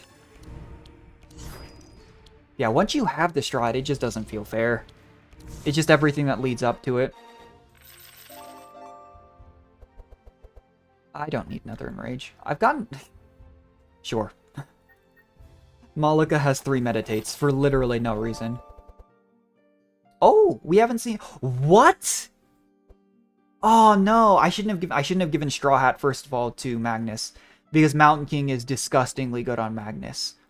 I hate Mana Loop. You aren't gonna catch me using that, but she's not gonna proc it because she only has like 2 defenses, but that's still a huge... Oh, that's a ring. That's a ring. I can give it to Magnus. I forgot. Man, I need to wake up, apparently. That's so good, though. Mountain King, every time you play a defense, you reduce highest cost. It's only twice, but 40 max HP, and almost all of his cards are defenses. Nuts. Nuts stuff. I'm still just gonna keep the Dark Immune on Zek, so let's give this to Novelia. Red Steel Cloak, Red Steel Cloak is good. Yeah, we'll just take the gold. Wow, this is such a nuts run, though. Like, so good. 3 prismatic items on Magnus.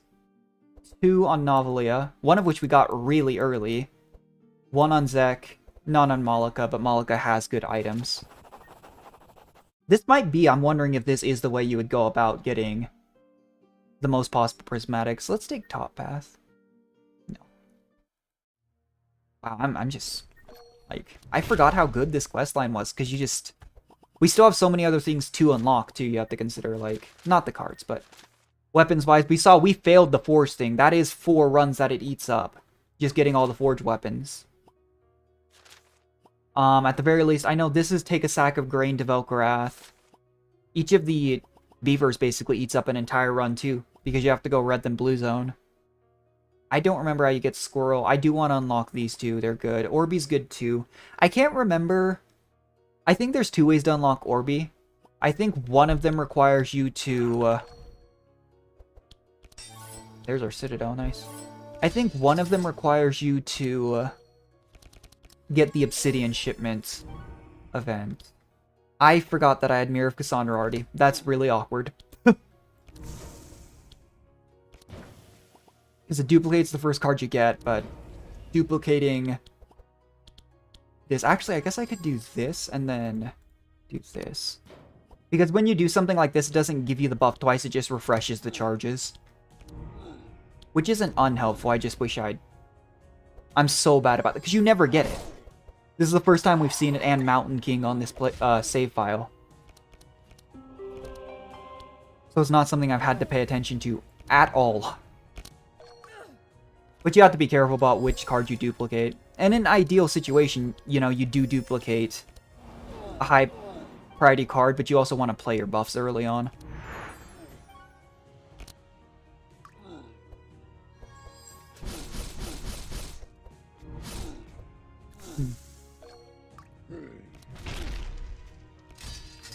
That's nuts, though, like... It's only Madness 1, but, like, I'm so strong. I feel like I could beat, like, Madness 7 or 8 endgame with what we have. You just never have this many prismatics. And they're good prismatics, too. The only one I probably would have said, like, would have felt really... I did it again. Anyway, it doesn't matter, the fight's over, but still. But the only prismatic I'd say that would have been super perfect for this comp in specific that we don't have would be Dark One, which we still haven't seen. Stop offering me Necroptons. I don't like that card. Leave, here we go. I don't know. I don't remember what buff you get from eating the apple. Getting berries just gives everyone max HP, but let's give Novelty the apple. It's enlightened. Did we have that? I don't think we'd taken that before. Enlightened is a very powerful buff, though. Yeah, it's strong. It's just the problem with buffs, right, is you're only going to draw them once. As opposed to giving everyone max HP. Ooh. Yeah, it's the Cold Hands buff, immune to bleed. Wait, is that a full... That's a full-on Igni, though? What? That was our 3rd plane boss, and it's just here. As an elite, just hanging out. Yeah. I already go for the efficient, like, Defense Mastery, Extra Energy Magnus, and now we have Mountain King. Yeah, finally remembered to have Mirror of Cassandra. I never know when to play stuff like Battle Plan, though, because we had enough good cards in our hand to play all of them. And we had enough energy for it, too. Personomicon, sure, it's early on enough. Just drawing 3 curses, and he's immune to Dark, which is helpful. Yeah, Dark Immunity. I can't remember for certain, but I'm pretty sure Dark Immunity only comes from this potion. Or, you know, that. Or, Blackguard, sorry. I do have to wonder. If you go to that specific node, because we had an option to dig on the northwest east site because of the treasure map. I don't think you can do that. Just find that chest unless you've taken Morning at the Lake. But there's something to be said, too, for just grabbing that if you're running Zek. Not even doing the full, you know, One Piece Straw Hat questline.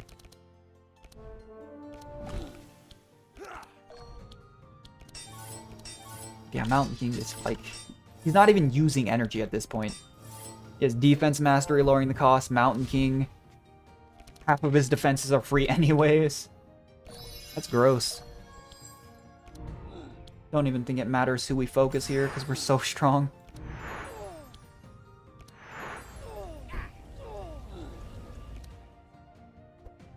And this is keeping in mind endgame has really high dark resist for some reason in this game.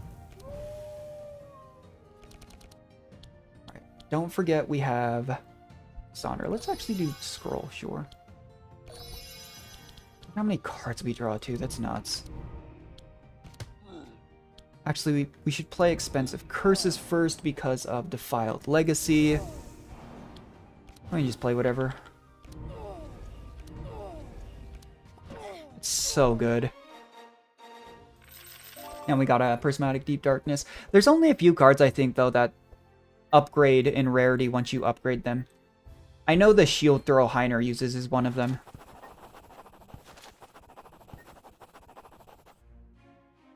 Alright, come on, hand check. I'm actually strong enough, I wonder if I could just one-bop hand check before he kills our pets. I think I might go for it. Usually I save energy for the puppets. But with Straw Hat, all of our prismatics, surely, right? If there was ever a time I could do it, this would be it. Let's double Titanfall. Defiled Legacy won't do anything this turn, that's fine. And we double Dark Blow. Not terrible.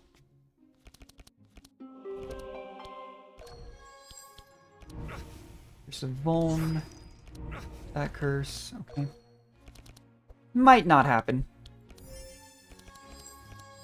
There's Catharsis. Like, look at how much, like, stuff we have. Just the actual card spam is crazy. The problem is the puppets chew through their health to heal hand check. And I don't think he... I think sometimes he does Twilight Slaughter on second turn and sometimes it's like third or fourth. So if he does it this turn, we probably can't get away with it. Especially since Magnus doesn't do any damage. What Magnus can do, however, is give everyone ridiculous amounts of block every turn. Like, we're still gonna win, I just want to see if we can save our pets. We've done it once, I think it was actually the first run we ever got this far on my first save file. We just one-bopped. What's the way to do this? Mirror of Cassandra that. Do this. This. How much energy do you have? Okay. This. He has a decent amount of bleed and poison because of what we've been doing here too. I don't have sight charges, so I don't know what he's using, but... First Mancy... That. Cutting the health from the puppets does also mean they have less to give to hand check.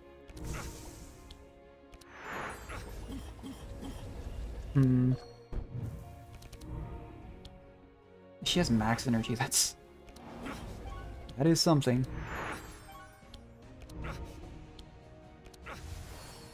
Why not? We'll use this, take the divine power. Alright, hand check, don't do Twilight Slaughter this turn, please. Okay, he's not. Perfect. Where did I get the sight from? I don't even know. It's probably this upcoming turn, though. Thankfully, even Moloch is faster than... Yeah, it's this turn. I think we can get it? Maybe? Slow them down.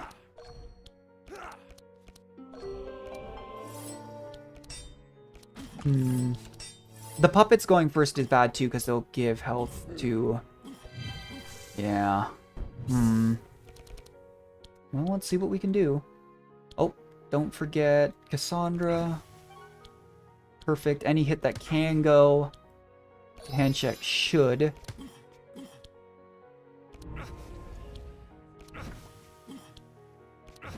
It's weird that we might not be able to do this here, because we did it on a much weaker run.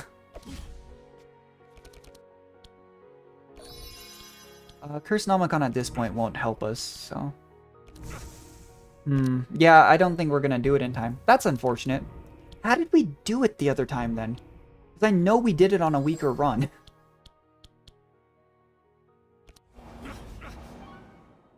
Huh. And I think it was with Dark Comp. How dare you? Our pets. That's disappointing. And we even have stuff like Bonk Hammer. Like, Bonk Hammer, I think, is a debuff too, isn't it? Yeah, it applies weak and slow.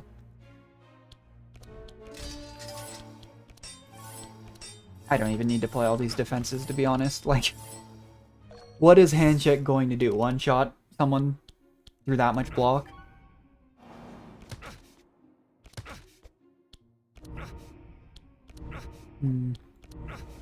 It might have been... Maybe we did have a dark one run. It might have been something to do with the number of dark stacks we can proc, because dark does do more damage if you have, like, the black deck or the dark one, because it makes the dark stacks proc at a higher level, so it does a bigger chunk of damage. It's okay. We didn't have any, like, upgraded pets either. It's just base form.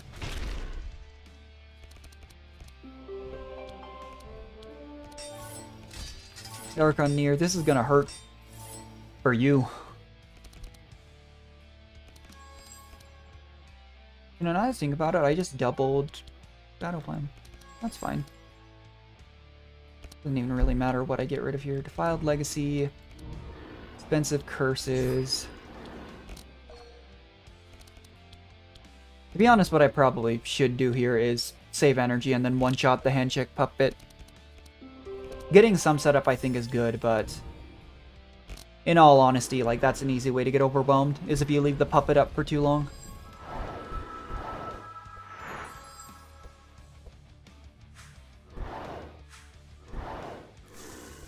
And what have we got?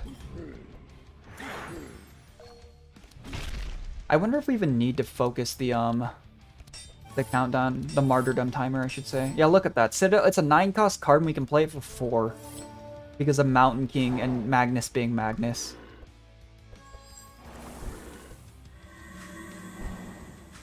Jeez. Actually, they've done a decent chunk of damage to Magnus there. That kind of hurt.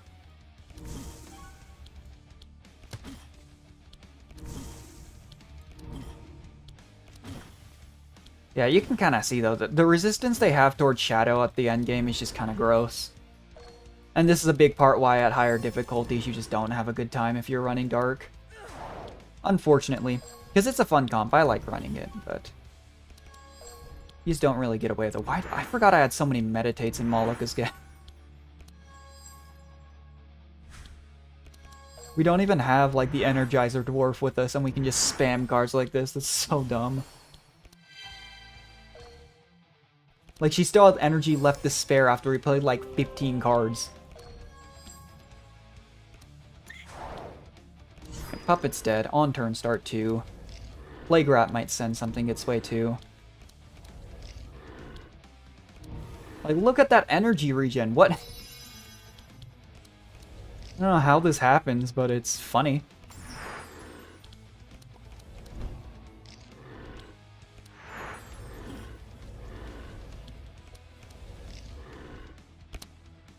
Like, everyone, like, you normally have 3 base energy regen. Everyone has 5. Let alone the other people. Like, these runs are just like...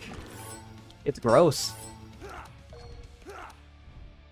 Like, I didn't even need the Enrages for Magnus. I thought we'd need the Enrages, maybe, to have Magnus play his Citadel. I didn't. It was incredibly unnecessary. But the sheer number of Dark procs you have to pop on Archon Near is kind of dumb. Again, Dark resist and whatnot. Oh, I just had a fun idea.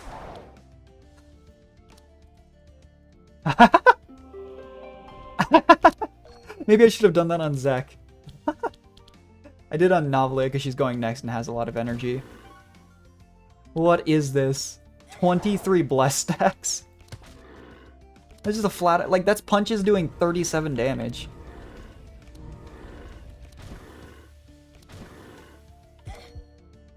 And she only loses 1 stack. I did not imagine that was what was going to happen when I accidentally took the holy card, what is it? Divine Guidance. Well, that's funny. Just ramp her up and then use it ×9. I really do think that would be a funny strat to do on Reginald, because Reginald is the general bless damage, like, carry you use.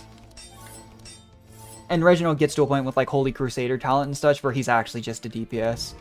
He's a healer in category only. We don't even need to do more martyrdom.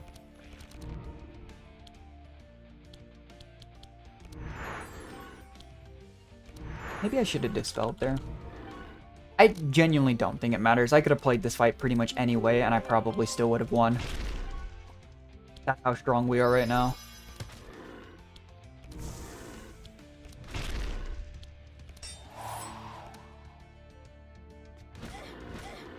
Like, we have all these extra Sanctify charges. Like, no one's gonna die unless somehow Archon Near one-shots them. Which, even with, like, Dark Proc at Madness 1 isn't going to happen.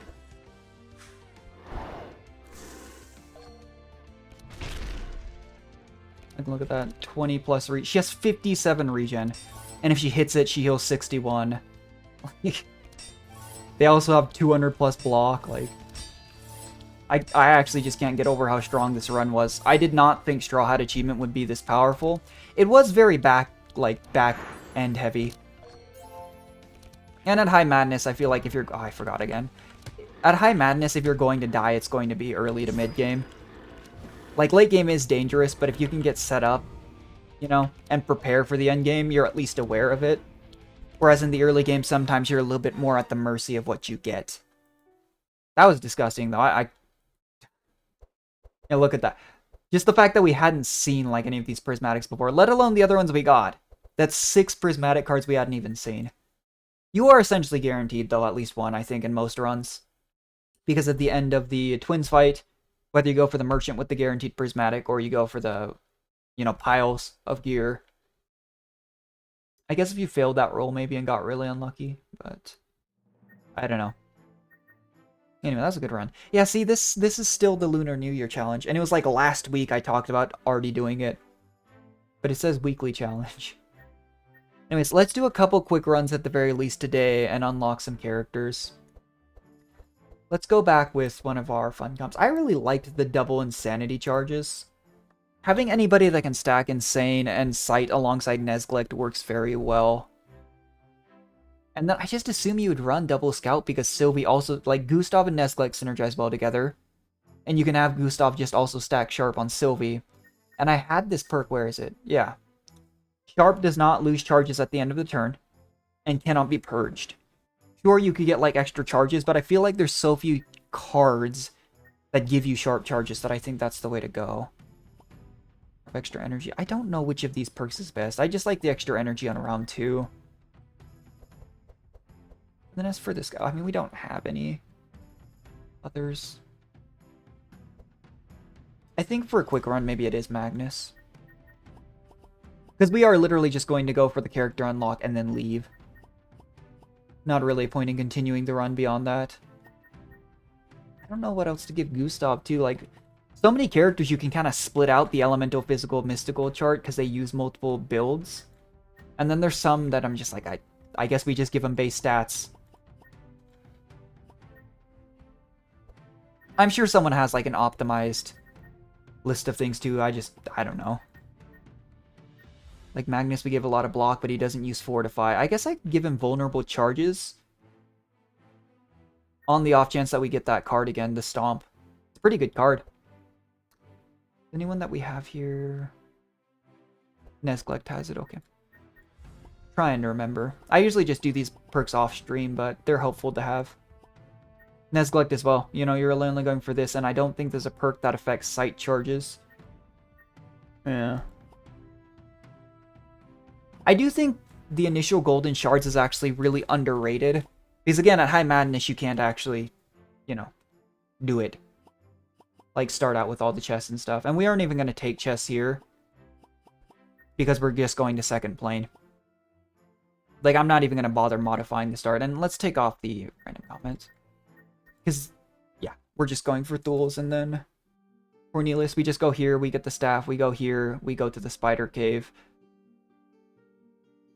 I don't remember how to get Bree, and I don't remember how to get... What else is there? I'm pretty sure Gruckly just have to get the fish, and then give it to Gruckly in the swamp.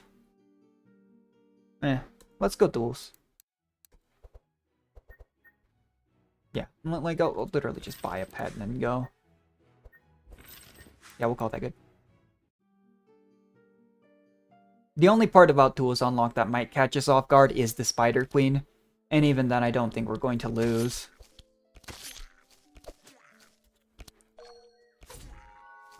Yeah, I really want to experiment with Sharp. Because you get cards like this, too. X equals your Sharp times half. And I'm pretty sure the upgrade might be a higher ratio. Well, if you just, you know, get that perk where sharp charges don't fall off and you infinitely stack it up, at some point, similar to like Fury build, similar to, you know, Bleed and all that stuff. And you can see like Gustav can get more of those and you just stack them whenever you can. That's 2 sharp charges that won't fall off. Sharp's one of those things that's super powerful, but I think it is because there's so few cards that affect it.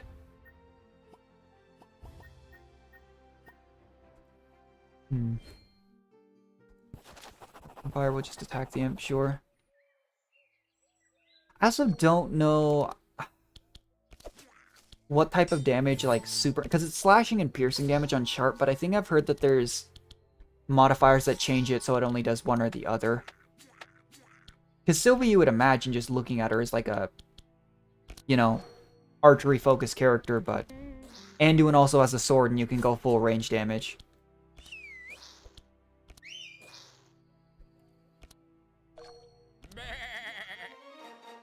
Where's the sheep? Sheep's out for blood. Alright, call that, yeah. Hard RNG is something that I'd be really scared of. Alright, 89% chance. Cool. We critical success that. I don't even want any of this stuff, but I think we should just take stuff because we're not spending gold. We're just going to get a cheap free chest at the end of it all. And it would be really awkward if I died to the Spider Queen because I wasn't taking anything. I mean, to be honest, the way we avoid dying the Spider Queen is I just buy Nezglek like 3 dispels.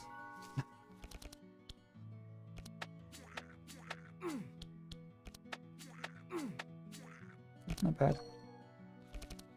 Gustav's so good. It's obnoxious playing Gustav. Because when you get a card that's such high utility, such high versatility, at some point you actually have to think. And I'm a simpleton, so I don't like thinking when I don't have to. Oh, that's pretty good. Yeah, see, this is another one. Like, these specific shots, they go based off your sharp charges. You just really, I assume, would have to focus on that.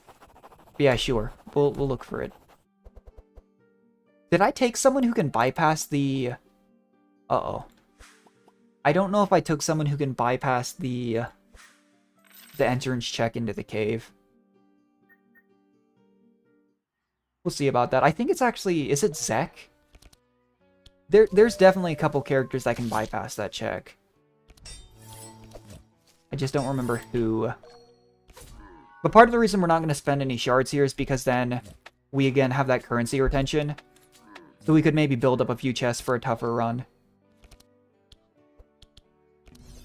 Chant of Accuracy is the one. Can you imagine, though, you just have a really annoying whistle that it actually hurts things?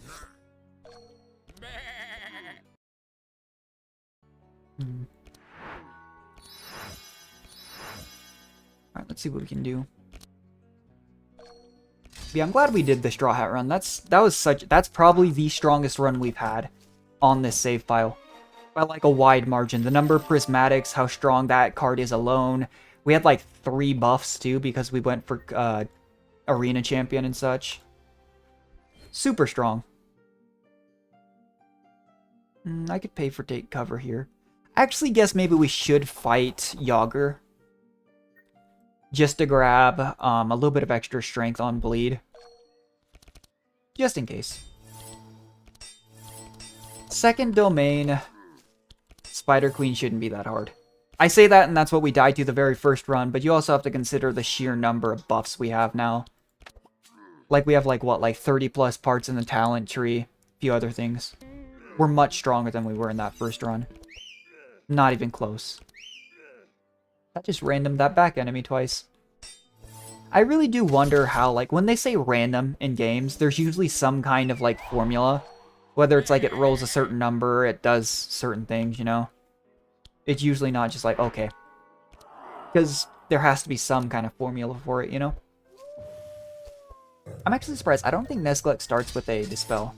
A lot of the healers do, but yeah, Nezglek does not. Which is unfortunate, because Dispels are important in this game. I do wonder if I overrate them a little bit, but they are very crucial to not dying to certain enemies.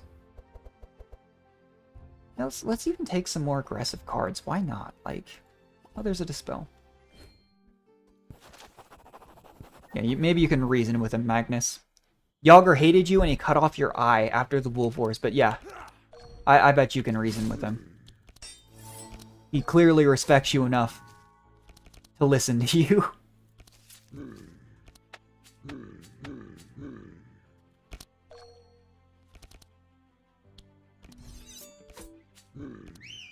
I'm actually surprised Sylvie's faster than Gustav. I guess it is like an agile elf versus a literal frog with a lute, but wasn't sure. And we can probably just focus down Yager. I forgot that, well, all of Magnus's cards are front enemy, but, you know. This one can heal, though, if we're not careful. We randomed him twice, that's good. Look at that. +5. I mean, you saw how much damage last round that, like, 26 or something Bless charges on Novalia increased her damage. Eventually, we'll keep cycling through those sharp charges and just win. I guess the Chant of Accuracies do expire. I wonder if the upgrades have them still be vanish. Because there's some way. I know there is some way to just infinite stack sharp charges. And that's what people do at high difficulty. No. There's another Chant of Accuracies. Yeah, see, gold upgrade doesn't vanish. That's gotta be it. Wolfguard, target shooting for sure. Heavy, well, yeah, heavy metal. Night Terror. Nezaglect also just excels against bosses. Specifically because you'll continue to cycle through it. And so they'll be alive for longer to get more like sight charges and stuff so that you get the full heal at the end of the turn. Which is important. And the nice thing about Nezaglect scaling, healing off of both sight and insanity, is if enemies are immune to one with the modifiers, they're not immune to both. So you can still get some healing off the elite. Which isn't the case for, say, Maluka with, you know, dark immunity.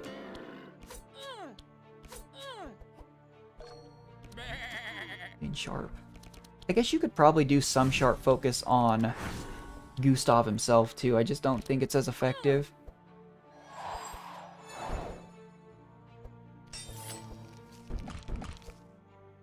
Because, sorry, because I should explain myself. Because Gustav focuses so much on song damage that even if he's buffing his own slashing and piercing damage, a lot of his damage comes from song anyway. So it's not like it does anything. I have those thoughts in my head where I think it, and then I don't say it out loud, and I'm sure to someone just watching, they're just like, huh? Just moves on. Not a very fast Ilmer clear, but whenever you don't invest in stuff, it's not going to be. Doesn't make it any more dangerous, though. Like, it's not going to be. Why does Nezaglect have so much energy? Was I not playing cards? That's probably what happened there. Stockade. Tedious Poem's pretty good. Meditate. We should take some gear here. I gave the Brigand Cloak to Magnus, so this isn't super helpful. Speed to Sylvie. I mean, there's not. Yeah. I guess I could have taken the drum. Maybe I should have. Anyway, green portal here. By the way, how many town supplies do I have? Enough to do this. Start upgrading this. I just think this is the last one you do every time. Because the ability to sell supplies, unless you really want to use that, isn't exactly meaningful. Until you're doing that. We should take the Divination Orb. Downward we go. I actually might invest something into unlocking Cornelius, though, because I really don't like that fight. The Cultist. I don't like the Spider Queen fight either. But I feel like I die on quick, like, non-investment runs to the big Fire Mage fight than I do this one.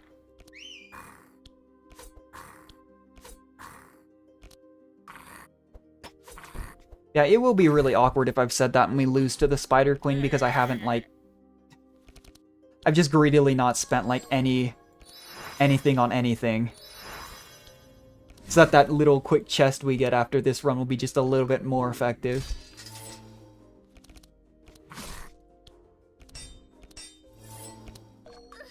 I did forget... Oh, maybe... Well, we got 2 Dispels on Nesglick. I was going to buy some. Probably not a big deal, though. Intercept, another... Like... This always makes me laugh when they offer cards to some characters that it's like, yeah, I would never use that ever. We gotta be... if we fail to repair it... Uh-oh. We're not gonna roll 7 or higher, yeah. We got a critical failure. Oh, we can still just go. We just... walk through the marsh, probably. I think this gives you Merciful, right? Yeah. For a long time, that node we just passed, I was told if you get the purple version, that's how you get Merciless.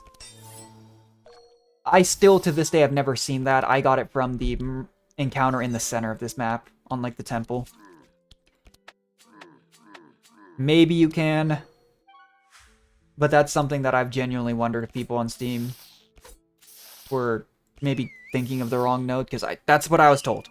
And that's why I reset like 10 runs to get to the swamp looking for this specific purple node to unlock the Merciless buff, and it wasn't there. And in fact, that was the only card I was missing for such a long time until one day I had the thought, what if it's this node? And it was. We're taking some chip damage here. We didn't give Magnus AoE block cards. But really don't think it'll be a problem, especially since we lowered it and we're not on a madness level.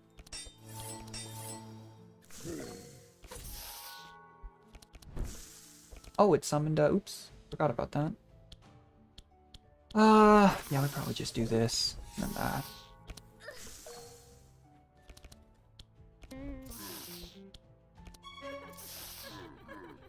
Nice. Alright. One more turn on the spider. The thing is with Nesglect, it kind of just... Sometimes it benefits you with Nesglect just not to kill them. I should have played Curative Therapy. Just to heal up some of that chip damage. No. No. Why does it keep giving good songs? To Sylvie. She can't use them. Right, onwards to the cave. Okay, so Sylvie can bypass this check. I did not recall that. That's helpful. Yeah, just gotta defeat the Spider Queen. Yeah, I think this is a fight. I'm fine with taking a couple fights, even if we take some chip damage and don't heal it up. That's something Nesglect isn't very good at early game, is being mindful of chip damage, because his healing comes from the number of charges at the end of the turn. So if you kill something, it's not exactly gonna have insanity charges or sight charges.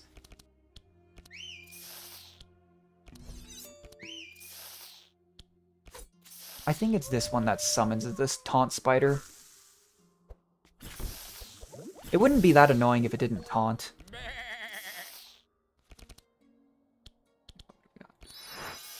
What will this do? Not bad. Mind Twist is a pretty good... I'm lazy. I don't use the scries. I should. They're helpful. It just... You know, I'm gonna win regardless.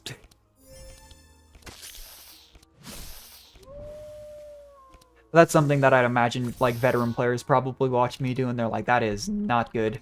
Neither was that voice crack, jeez.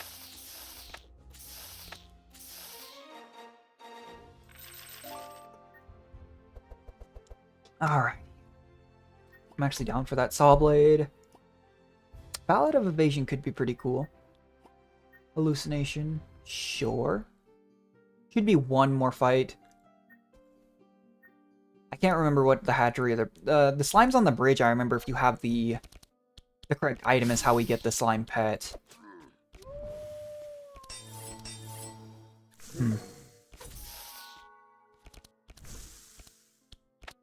Not the best first hand for Sylvie.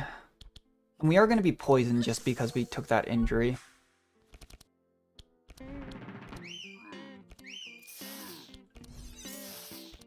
But this is where Gustav shines too with Nesglect, is he applies those extra insane charges. So it's not just Nesglect trying to apply them.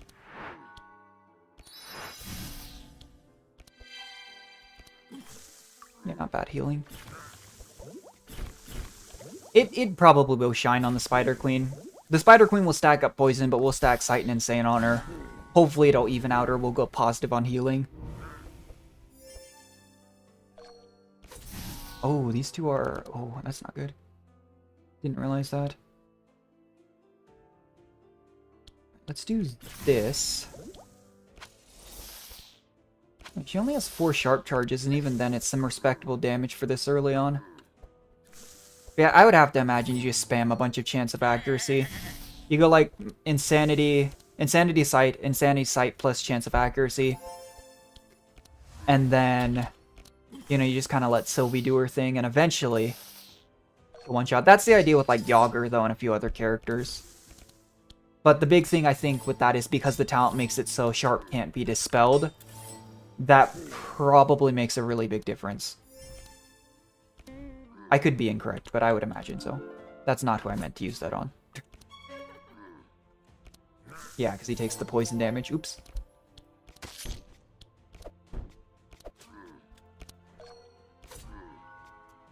Yeah, a little more chunk than I'd like to be going into this fight, but not so bad. No, no, no, and no. Seem like no goods cards for Nesglec. Good level up timing. Yeah, and that's part of why he is good at, though. Sharp damage also increases mind damage. To be fair, at this point, I probably should have done Fanfare, but eh. Oh, this was a fight one. We set their eggs on fire. That's awkward. I totally understand why they're mad. They start with 10 fire damage, though. I wonder what the buff is if you just take the option just hurry into the fight. Yeah, it was a good time to level up right before the Spider Queen. It's helpful. Every single level, because there's only 5 in the entirety of a run, actually make a huge difference.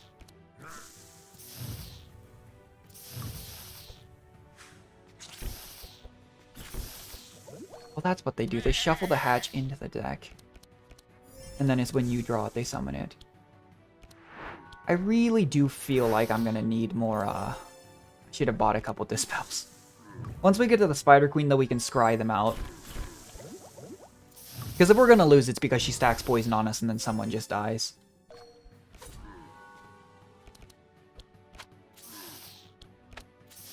They're all dead on turn start, though.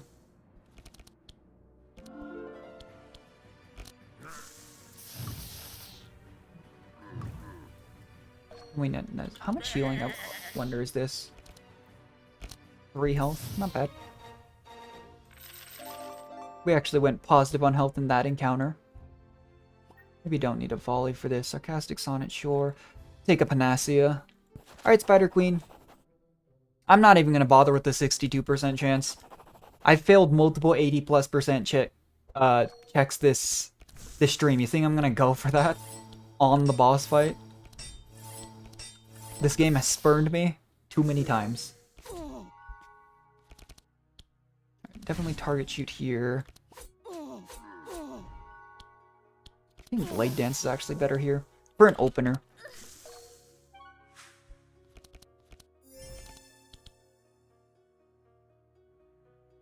Yeah, we'll do this. It is going to be important to get rid of the ads before they can do more stuff, but... for now...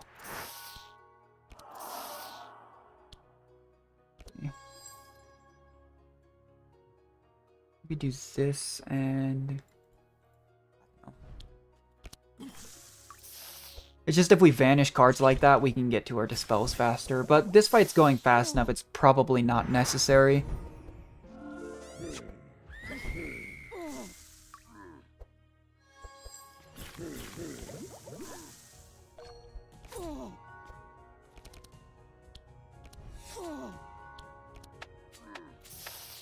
Not bad. That helped with the ads.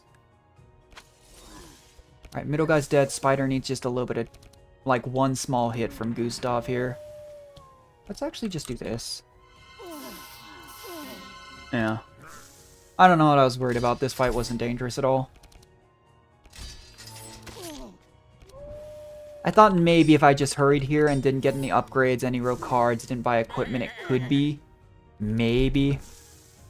Oh, there's the taunt spider. That's really bad timing, too. Nesglect probably would have finished her off. But either way, you know, I thought maybe it would be scary, and it just wasn't. Yeah.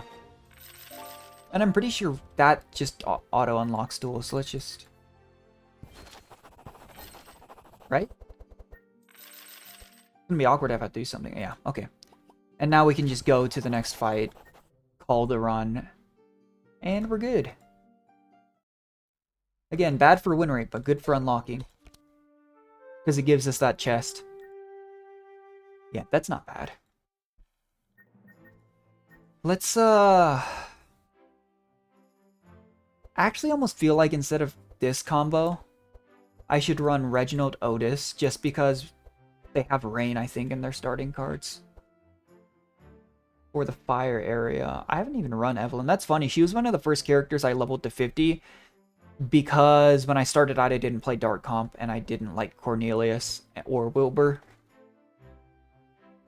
And she's not a bad character. She's still relatively versatile. No, let's run duels. Why not? We've talked about the poison build. Not the biggest fan, but we'll give it a try. Yeah, no longer increases healing received. That's fine. He's not really big on Sanctify. Here's where we just give Reginald some base stuff. Sure.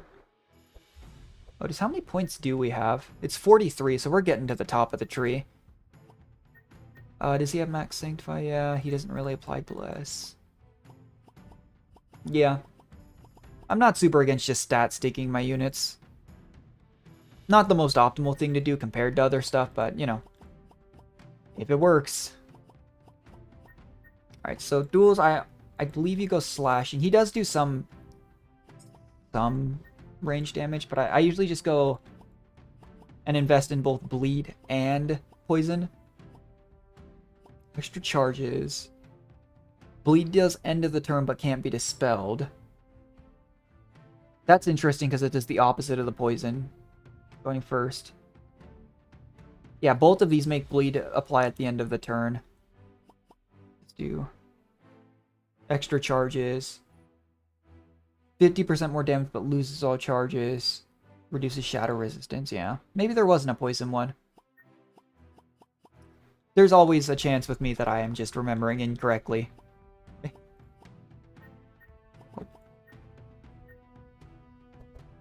And Magnus gets one, sure. Yeah, I'm absolutely certain my trees aren't optimal. What do we got? Just grab some pets again. Champies, always good. We don't really have... Duels... Oh, we don't have enough money. We'll grab Poison Splash then. And actually, I would like to edit some of these decks just at the start, because we're going to have a very aggressive Reginald here. Where's the Blow? Here it is. Grab these two. I'll let Otis have a Dispel. Otis, I usually focus on Sanctify. Reginald, I have focus on. Got that. We're still going to fight Yager. Am I in the... No, okay.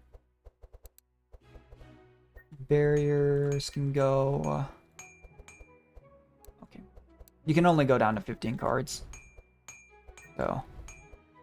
There is that. I'm not a big fan of Stealth. I'm actually going to get rid of Ambush just because... Unless I have multiple options to enter Stealth, it's not like it's going to do anything. Anyway... Oh wow, we got well-fed. Maybe we're not going to go for Yager, then we're going to go for well-fed. Doesn't really matter which way we go.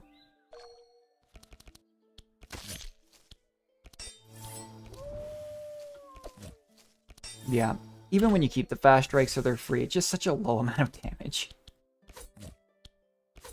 But you can kind of see, I've mentioned this before, you can really stack up poison really fast. It's just the danger that, like, it hits at the end of the turn, man. Like, Not a fan of that.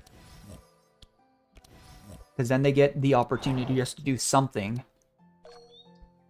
But you can get some pretty inane amounts of bleed on characters. Or not bleed, sorry, poison. And bleed, but poison especially. Just for some reason. I never really understood why, but it's something. Both healers just got Nesglet cards, it's funny. I wonder if actually we do this. I think we do go third plane, actually.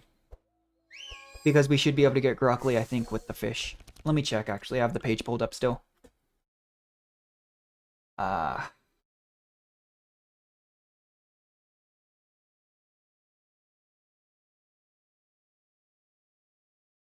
Yeah, you literally just give Gruckly the fish.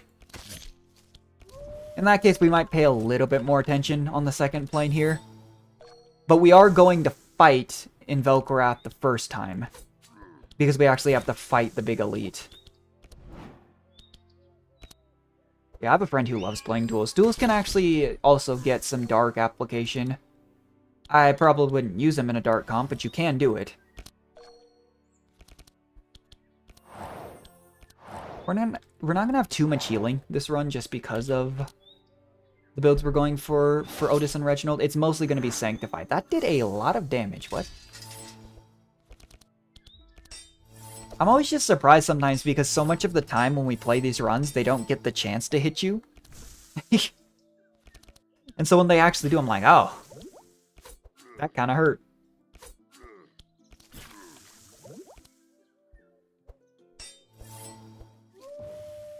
You said you needed us, gave himself block, and it just didn't do anything. Just died.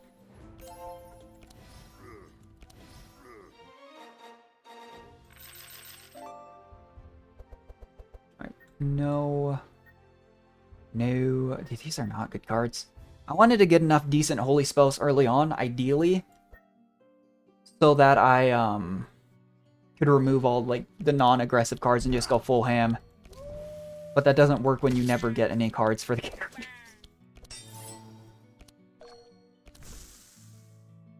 That slime does a decent amount of poison by itself, too. It's not bad.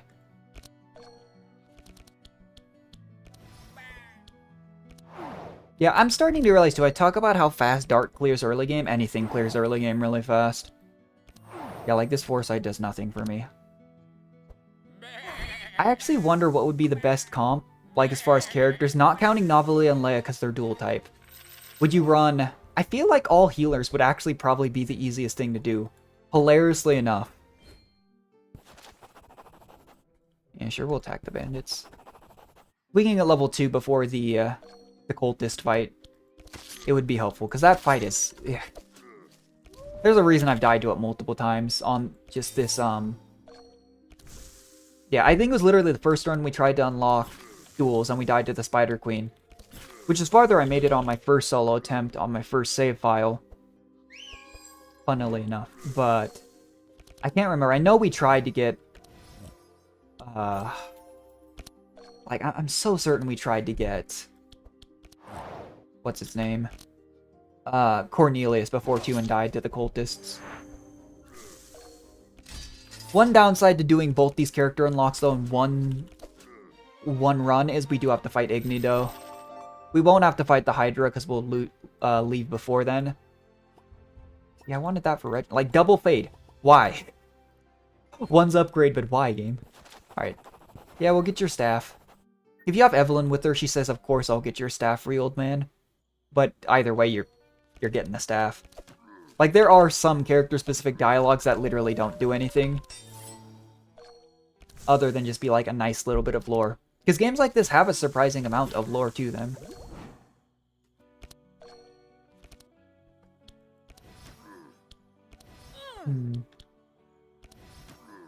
Good damage from Otis. Reginald's Holy Smite. I wonder if we'll get... Isn't,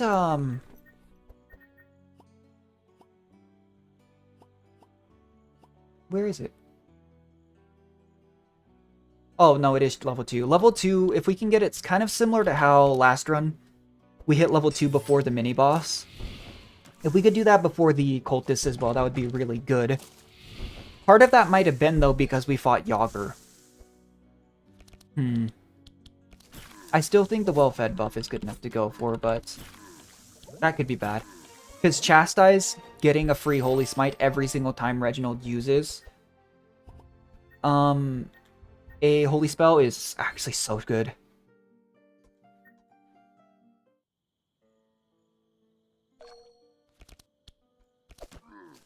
Wow, it's already 4:30. Dang, time flies.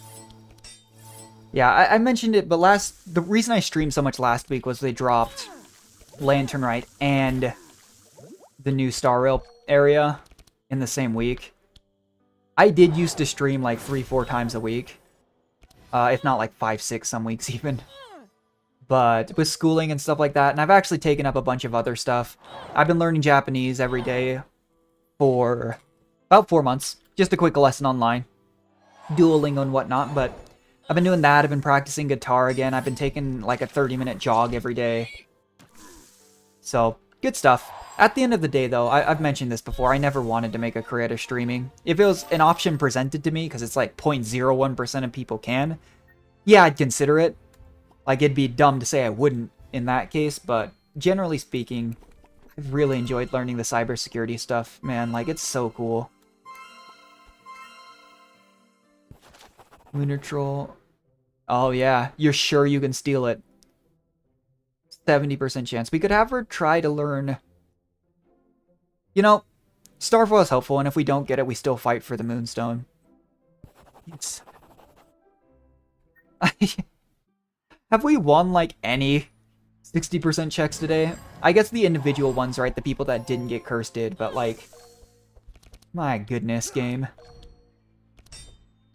At some point, you gotta give me some kind of a break. It's just hurting my feelings. Like... I know this sounds like such a meme, but it actually just hurts my feelings that I keep losing these checks. Because I keep thinking, surely this time, and then we fail it. It's okay.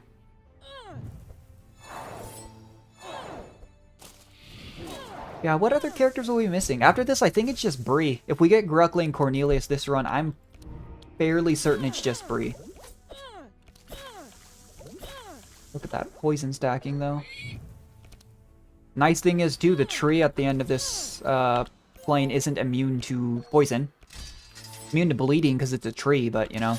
There's robots in this game that are not immune to bleeding. So who really knows at the end of the day? I don't really question it.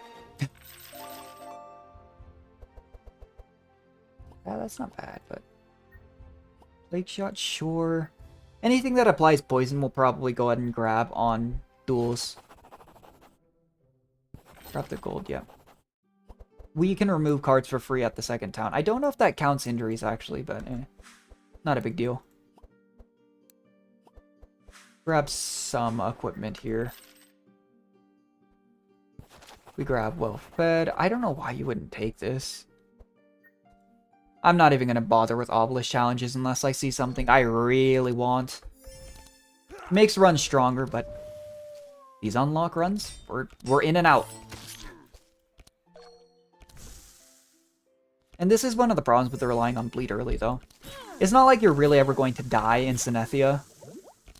Probably. But you do always kind of miss out on being able to rely on bleed if you're doing that early on.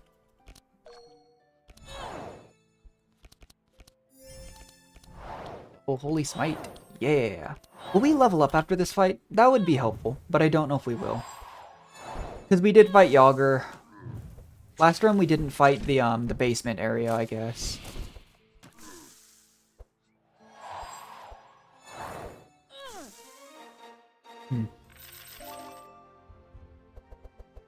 Call that. No, no. Some of these upgraded cards could be useful, I'm just not using them. We have a lot of injuries for the first floor. That's what you get, though, for taking the Moonstone. If you wait, you just get the Moonstone and no injury. If you hurry and get it, you get some gold as well. And I'm pretty sure the gold does make up for having to remove the injury in the next town, like, regardless. So it's really just a preference thing. Because, again, I mean, you have what? That fight, the one we just fought in Ilmer, before the following town. So I think you can get away with it, but... You know, argument for what's the safe play and whatnot.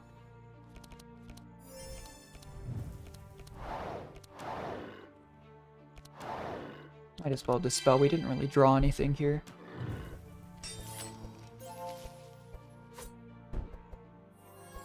I actually do wonder if it wouldn't be faster just to do 2 runs. One to Velcroth to get Cornelius, and then one to... What's it? Swamp with the fish to get Gruckly. Because again, these planes do scale. I would imagine it's faster just to do both in 1 run. But it's one of those things I never really tested because you only unlock characters once. Alright, Ilmer, you are a very poisoned tree. Good luck. Oh, it dispelled. Okay, never mind, it died to thorns. I was about to say, I wished it luck and it worked. This is a card though, it's like, I think upgrade is like transform bleed into poison, either times 1.5 or 2. Kinda gross. We'll take double divine power, because it doesn't expire on Reginald. Shield of Thorns, sure. Neither of them is really playing healing spells. Got that. Yeah, sure. Alright, red portal. I just love that we're carrying around just a very special gemstone and a fish. And that's just what we have in our pack. First things first, it does cost to remove injuries. I don't remember how much it was, but I would imagine overall it's still probably worth it. Grab the gold. And there's also free ways to usually remove injuries at some point.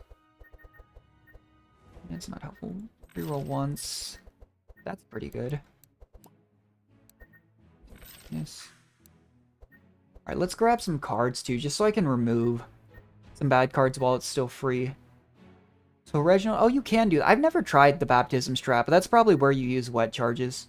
You just get a ridiculous amount of wet charges on someone and then just transform it into Bless. I don't think we need more Dispels. Probably. There's just so few cards, too, that give you Bless stacks. Sacred Ceremony I don't think I'm going to use. What else could I give Reginald? I guess we could do that. And that. Otis, I think. Divine Insight's really good. We'll grab one. He has 2 already.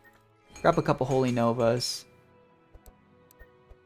Duels has a good amount of cards at this point. I don't think it really matters.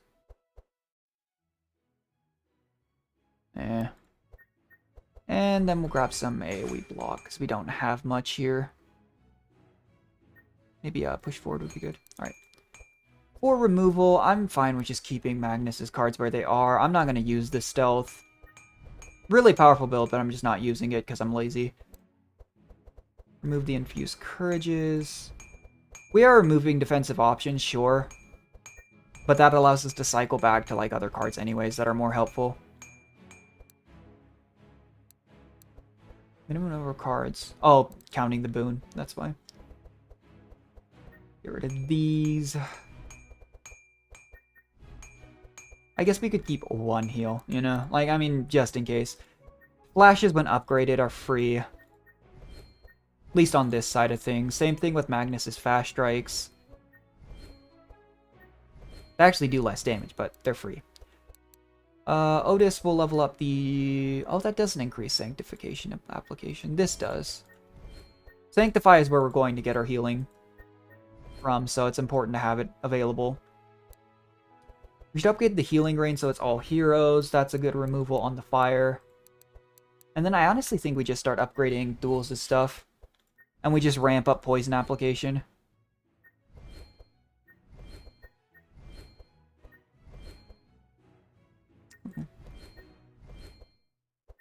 I guess I could get... Actually, I could get rid of the dual strikes. Not bad, right? But... Alright, let's go. What's this event? This might be Obsidian Shipment, actually. If this is Obsidian Shipment, we're gonna about face and go for that.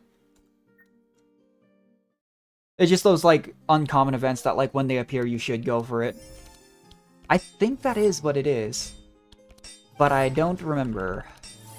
I could have upgraded the defense on Magnus to be free as well.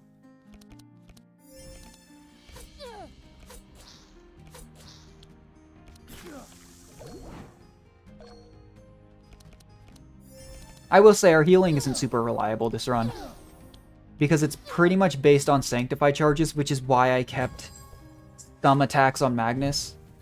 Because if you're only healing Sanctify, and you only have defensive cards on Magnus, it's not healing. Like, that's not really something that's going to be on the table.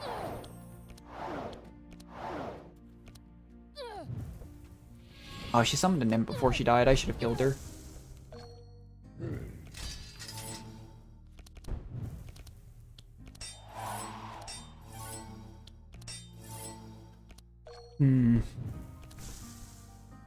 And the slime pet's been putting in work, though. I'm impressed.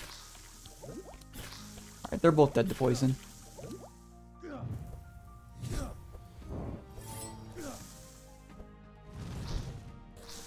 Very nice. Yeah, I'll take an Entrench. I will take a Blade Flurry. I actually think we'll take one Rain on Otis, because after this plane, it's not going to be super helpful. I guess we should take the fight. I hate the checks that are like, oh, cool. Like, every altar for removing stuff for healers is drawing a healing spell. None of the healers usually rely on healing spells. Like, Reginald will take a couple, right? But he's usually bless stacking. Otis is healing through Sanctify. Moloch is healing through doing dark damage. Neglect is healing through Insanity. And Sight Charges. Like, none of them are just like, I'm going to stock up on healing spells and only healing spells. And as a result, it just does not go well. A lot of AoE damage, though. That's why I picked the cards I did on Zach. Use this.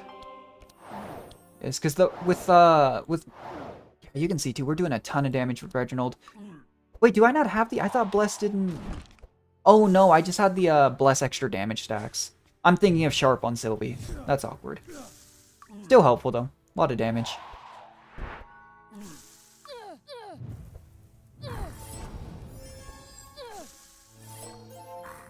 She took 2 evade, and I think she's gonna summon an imp next turn, but like...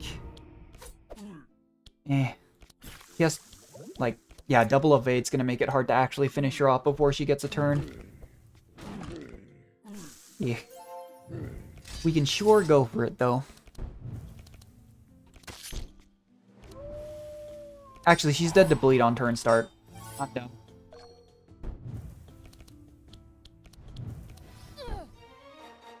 Or to that. Alright, what have we got? No. Maybe we can pass on Plague Shot, actually.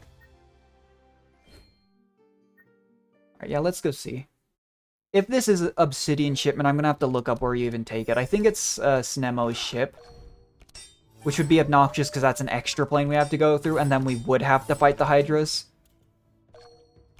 But we will get there when we get there.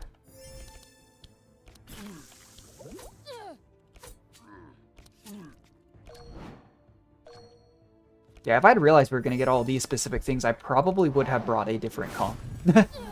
I just thought, hey, we just unlocked duels. We haven't played him on this save file, but that is awkward. Because Orbi is a good job, good pet. Instead of being like Palisade like Champion, so you want it on a fast character, it's Shield Generator. So it's not bad to have it on a slower character. I also don't think, though, the Shield Generator value is as high, if I remember correctly.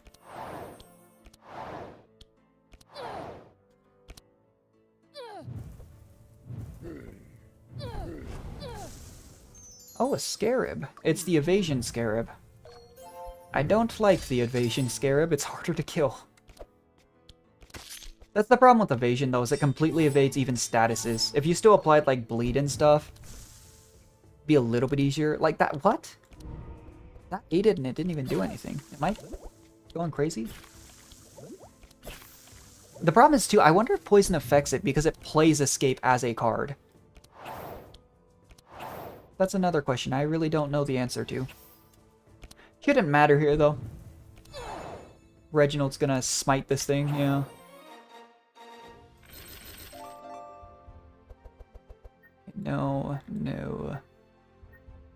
great cards so far. Yeah, it is the Obsidian Shipment.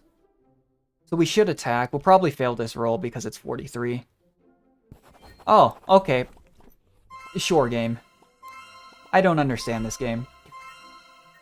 We win the 43 and we lose multiple 60+% chance.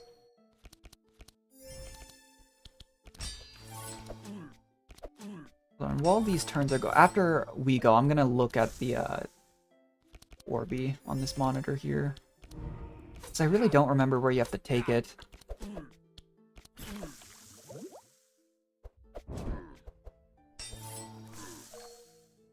You have to deliver the ingots in Act 4 to the Sacred Forge. So we do have to go to Act 4 this run. I might even take a chest then next plane so I don't die to the Hydras. I was going to save them, but it is the Hydra fight. And the Hydra fight and I do not get along when it's third plane because it's harder.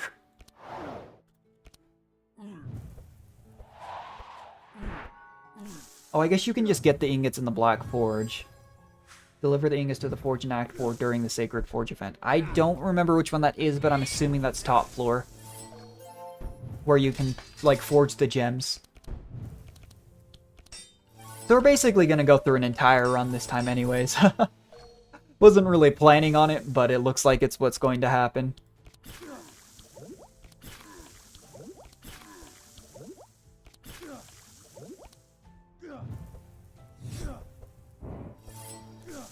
In that case, I maybe should have got more equipment. Oh, it damaged itself, so it died. Oh. Alright, no, no, no, and no. Take a nap. Don't need an upgrade altar.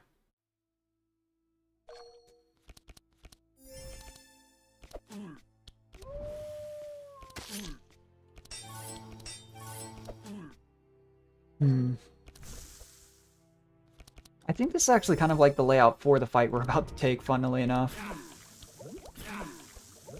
Look at that, though. That's so gross. It's so easy to stack poison. It's literally just the fact that it stacks at the end of the turn that I don't like it. Or, sorry, does damage at the end of the turn. Because they just get that one hit off, you take more chip damage, and it's just iffy.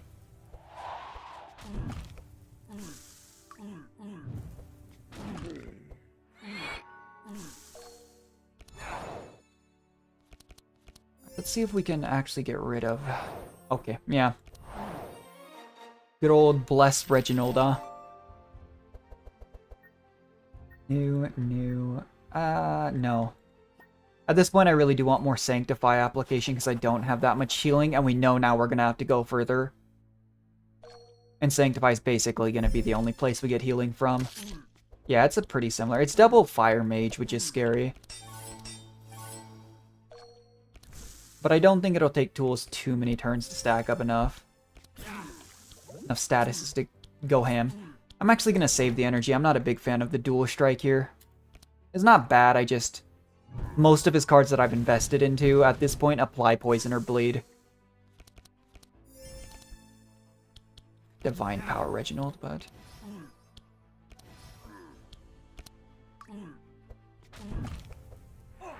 It's crazy though to think how much easier these fights are as you go on in like perk trees and stuff. Because this fight, last time we fought it, it didn't even feel like we had a chance. That hurt though. Like I distinctly remember it was not a good time.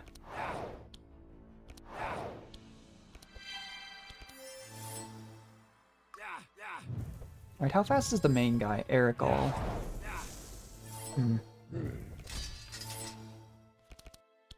It's also going to mean, though, because of what we did here with Sanctify healing, we're going to need to give Magnus maybe a couple more melee attacks.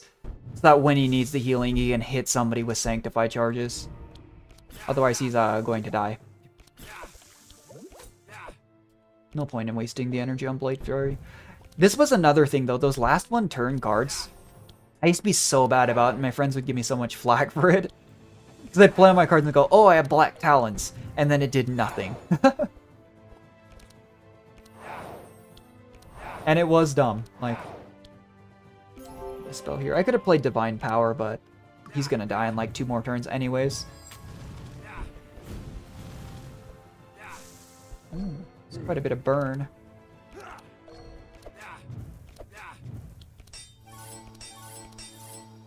Alrighty.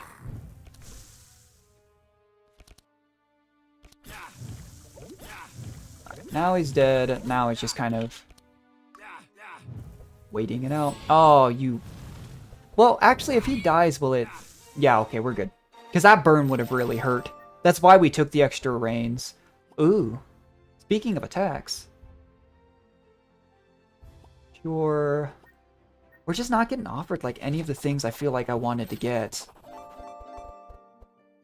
Damage with hit applied. That's not bad. We'll give that to duels. Reduce the highest cost of the card in your hand. We'll give that to you, sure. Maybe pass on the rest. But that should be Cornelius, yep. What's this? Do I look like I want to sacrifice my jewelry for a lava blob? Sure. Yeah. Sure. You gave your jewelry, Otis. You take it. Could be helpful in the long run. Do I want to help the elementals? I seem to recall you just get resort. You know what? Let's ignore him. Oh, I haven't done one of these in a while. I have Old Man Ice. I'm pretty sure it's this one. Okay. You know, it's funny because that's another thing I've said. I only failed, like, off stream. I think I've only failed that, like, twice ever. I think that's the 3rd time I've failed that on stream. I don't know what to tell you, okay? I have Old Man Eyes. I'm getting old. I wear glasses for a reason. Actually, I need to schedule my doctor appointment because I haven't in a while. It's one of those things, you don't think it, but your prescription changes over time. You don't just get glasses and it's the same prescription forever, unfortunately.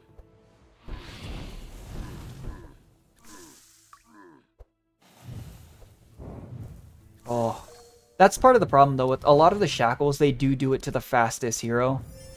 Which means that, unfortunately, it goes on Magnus, who we were already reliant on going early. But I really do think we can just rely on poison stacking. We'll probably be okay. It's just going to be upgrading our kind of defensive capabilities from this point onwards. As long as we pay attention to that, though, it'll probably be fine. But you can just see, they just get that one last FU hit off, you know? And that's where, you know, it hurts. It does. Like, they're both dead on turn end here.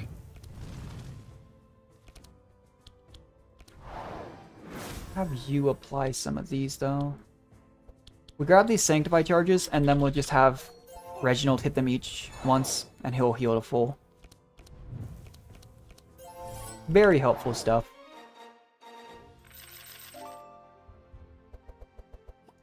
Barricade, no. Hey, there's finally some Sanctify. You know, I've talked about this being one of those high-scaling cards. The problem is we don't have enough Bless application at this point, I think, that's going to do much. Reginald does want more Holy Bless-related cards, though. Always helpful. Oh, wow. You're just starting off with that, huh? I talked about it last turn, actually. Titanfall just works well. It's in the warrior pool, and warriors have the highest, like, base HP pool. Hot, random the rock. That's annoying. You can't poison a rock. Be funny, but it does not work. We do this. And then, actually, I think the chain's good, because it'll destroy the rock and give charges here.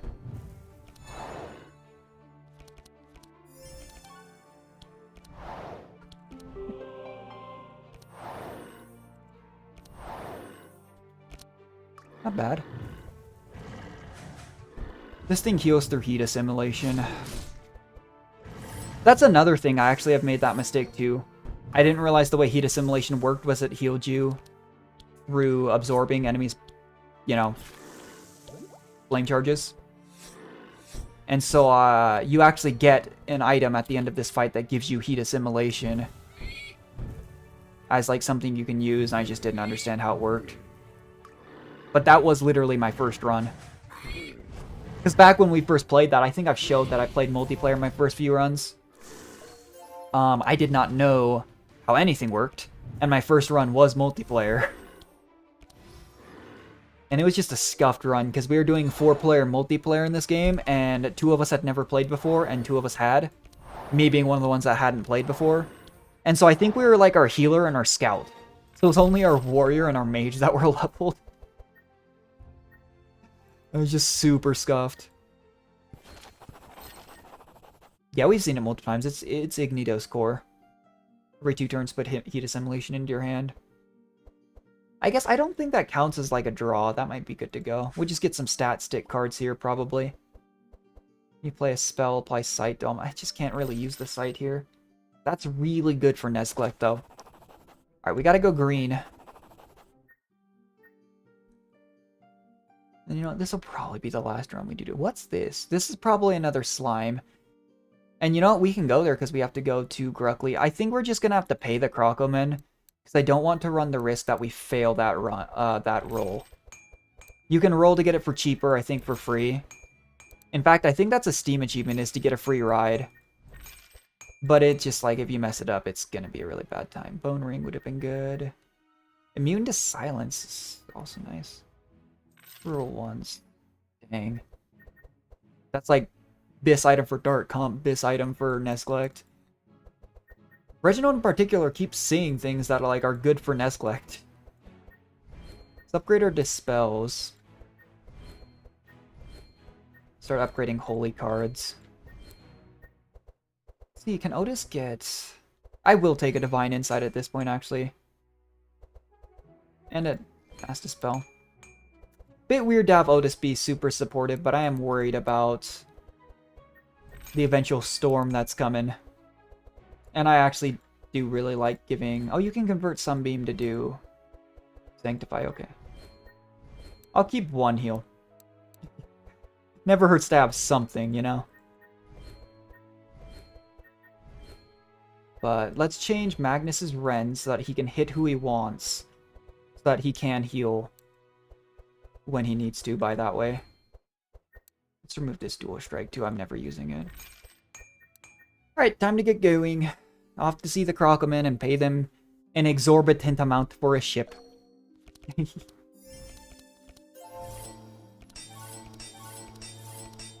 I don't necessarily want to bleed the mosquitoes. I think they heal. I know they heal off our bleed. Look at all those darts. I just... It's so much faster than stacking bleed. It's just also, you know... I feel like I'm a broken record at this point. I keep talking about it, but it's really why I never run duels. Because I hate just taking chip damage.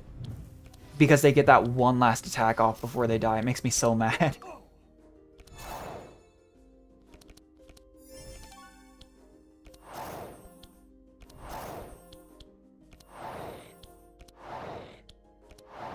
Like Reginald's doing a ton of damage too. It's just funny. Because all of the healers do so much damage for no reason in this game. If you build around it, right? Whereas, like, a lot of the mages are utility. Like, yeah, see, like, he can heal based on all of the heat on field. But there's no heat on field. So he doesn't heal at all. It's just a cool looking animation. But I'm pretty sure that doesn't take up one of your draws. If it did, then that was a mistake to take. But I don't think it does.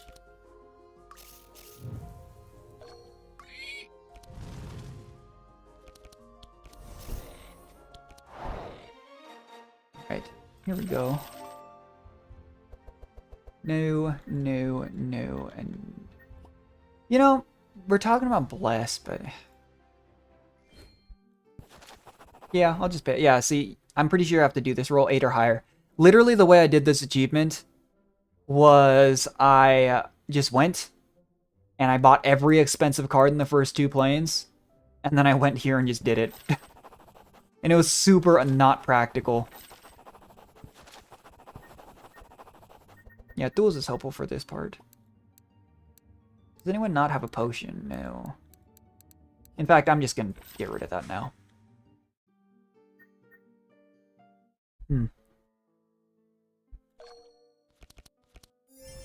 It's kind of funny. Malika and Duels know each other, and they both have dialogue for each other. I think when you go to pick up the Duels quest, she goes, oh, hey, you know, Duels, what are you doing? One of my customers. And then there, Duels kind of said, hey, I needed to pick up more potions.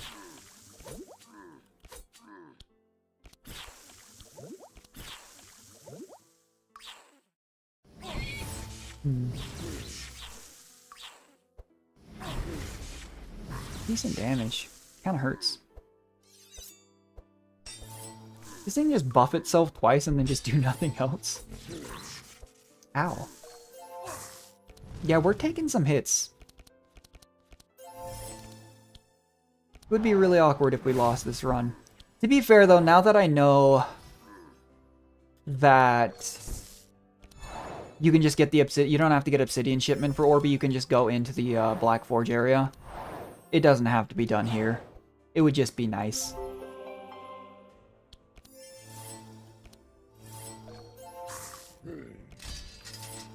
But I'm really worried about our healing amount. We just don't have much.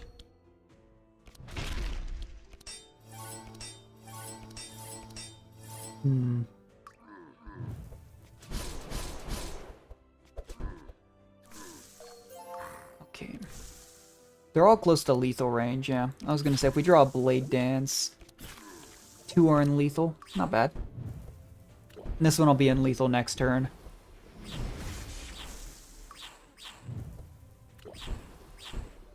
Maybe if one's offered to me, though. I'm just thinking about cards here. I could take a Sacred Ceremony or something. Ow. What the heck?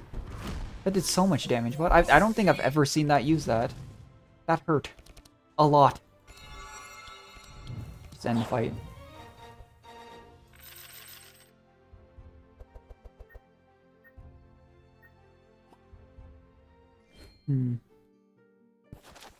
Go here, you heal, we grab this. Yeah, it has to be. You sacrifice your armor? Sure. Water Splash.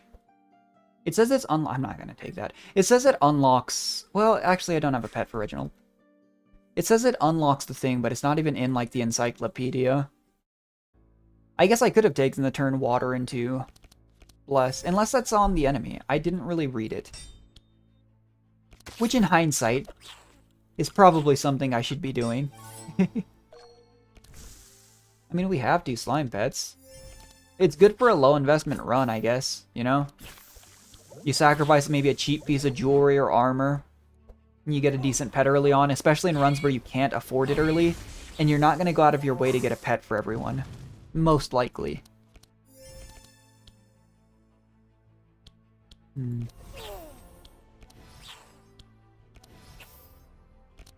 Yeah, Otis is here to do damage and spread Sanctify.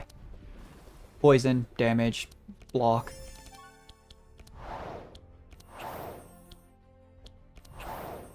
Funnily enough, this is the pet I usually use on Nesglect. There's a lot of pets that are basically just enemies, but friendly. Oh, how dare you. The Dispels. That's another thing, though. If she'd had, say, lethal, or another enemy had lethal poison, and they do that, they hit you with the pro gamer move, and then they just don't die. It makes me sad every time. Alright, this one's dead. Black Talons, this.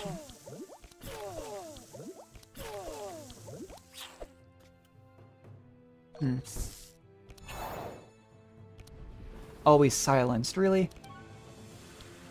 That's unfortunate. Prep for next turn if it comes to it, but... Alright, don't Dispel again, please. Perfect. Insulate. Insulate's another thing, too. I know you can buff it in the talent tree, but I feel like almost nothing gives Insulate. And that's what I always wonder. Is it worth it to give, like, you know, you can get a small bump in HP, all resistances, starting stats. Is it worth it to take that in the occasion you get it? Over, you know, just something reliable, like stats.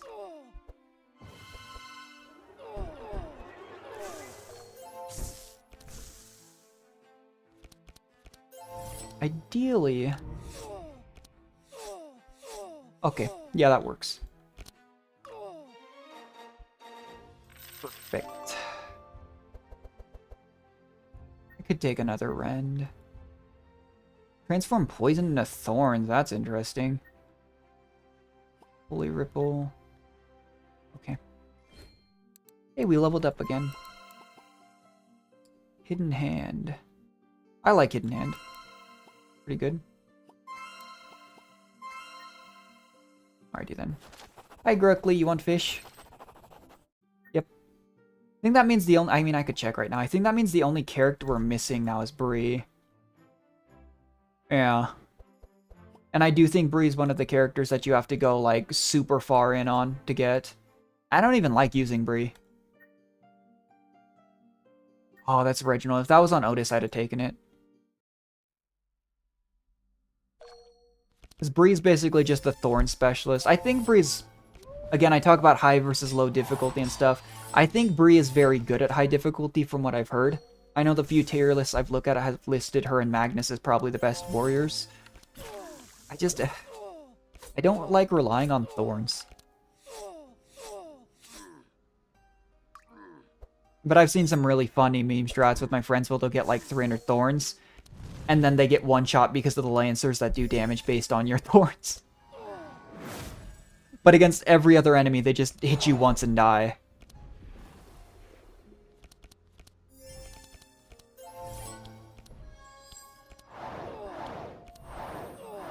Good old Holy Crusader.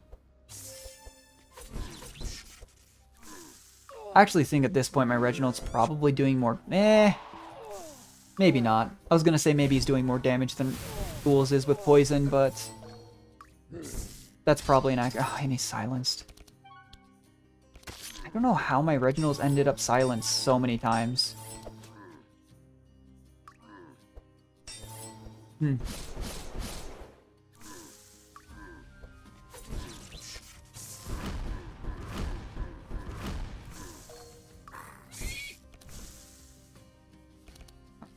Hidden Hand. Hidden Hand just once you... If you get to an empty hand, which we won't this turn, you get extra energy and extra cards. Super nice. Sometimes it can be a little difficult to proc, but still not bad. Especially though if you get like injuries or apotheosis later on. It can really benefit you to have some other options.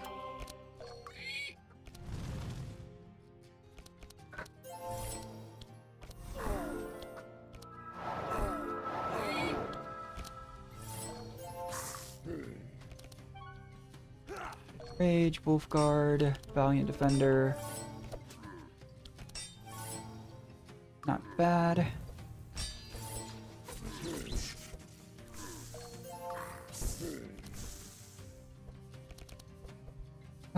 Yeah, this one's Dispelling, so we might not have lethal this turn.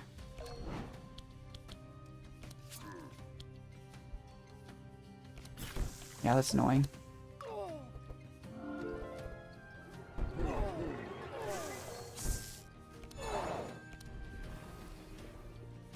Yeah, it does seem in the long run that Magnus is the one that's going to be in danger.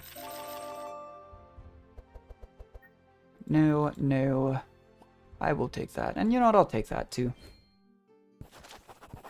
I still don't know what each of the heads of the Hydras do, if we're being honest. The tougher one seems like it gives Reinforce, which isn't that bad, to be honest.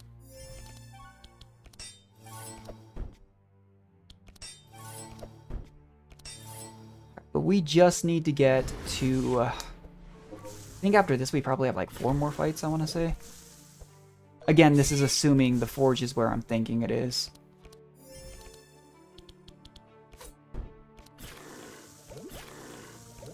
Another part of the problem with relying on poison in this fight too is one of the heads has Dispel and a lot of healing.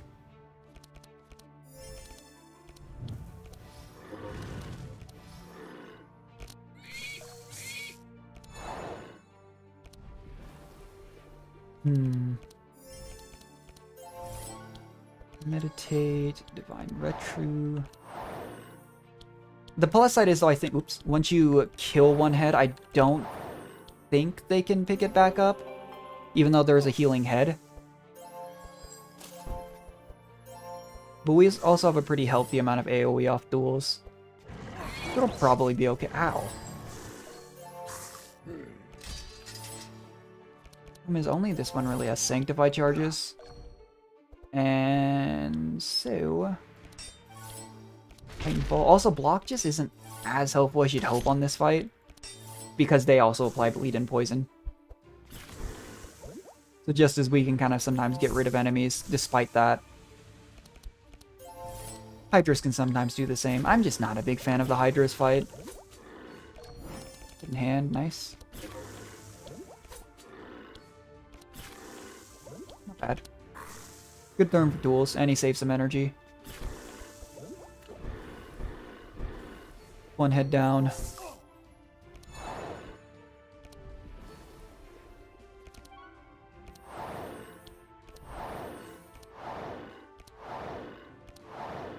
Do we dispel? Magnus isn't going to be faster regardless because of what these Hydras do. Divine Insight for sure.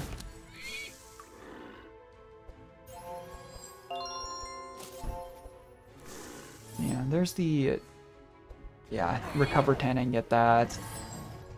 We do need to start using our dispels instead of being aggressive here. 2 heads to go. Like Talons is fine. Oh, it was taunting. I was about to say, did I just random 3 times in a row?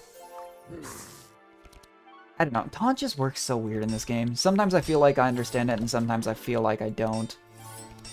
Because, like, bounces, right, can bounce off the taunt. Some other things don't. Weird stuff. I'm actually just, yeah. That's probably the way to go. And he still gets to use Holy Smite because of the flash being free. I think Sacred Ceremony was the safest way to go, though, for sure. He's up to... damage done plus 38. So even, like, our 7 or 8 damage flashes are just gonna do, like, 40. It's so funny.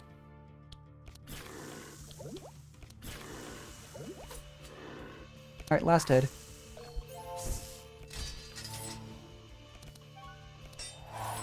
Lord, I guess I could just Valiant Defender here. Everyone's already faster than this Hydra head, and it'll probably take a couple turns. Is it immune to Sanctify? Did I not just hit it with the spell that should have... So many little intricacies to this game that I just don't realize until it becomes an issue.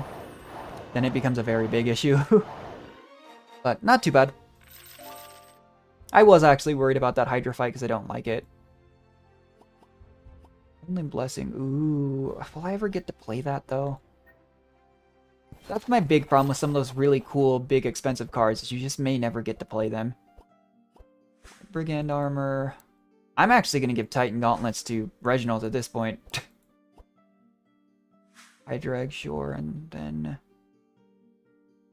with cost greater than or equal to 3, eh.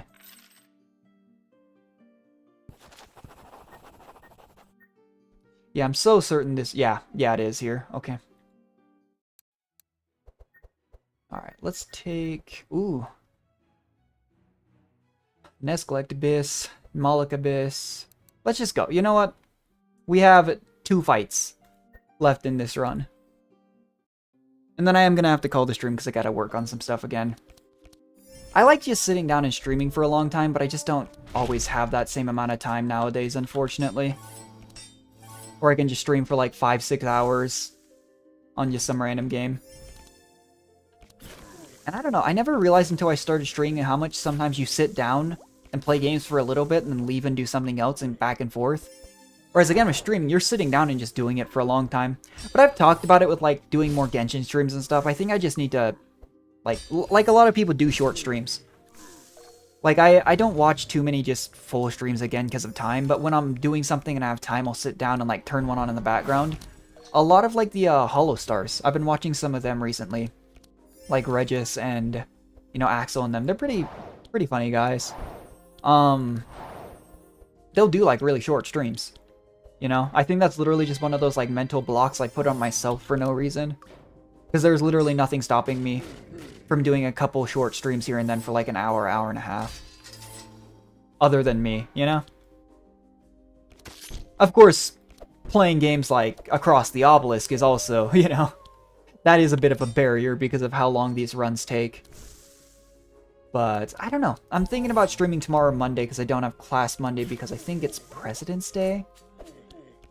And I'm debating maybe doing some Hades runs or something. Because we've streamed pretty much only Genshin Star Rail and ATO for a long time. A few weeks now at least. And I really did enjoy our Hades streams.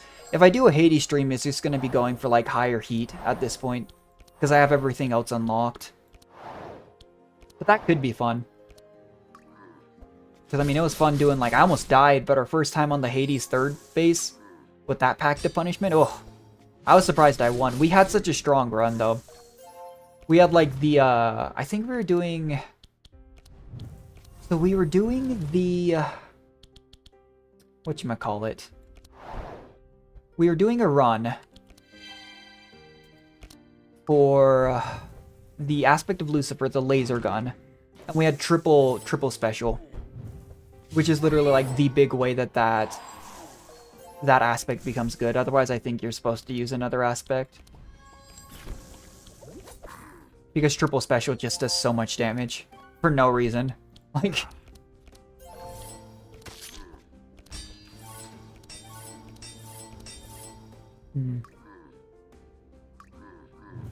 I forgot these things could apply Fury to themselves, actually.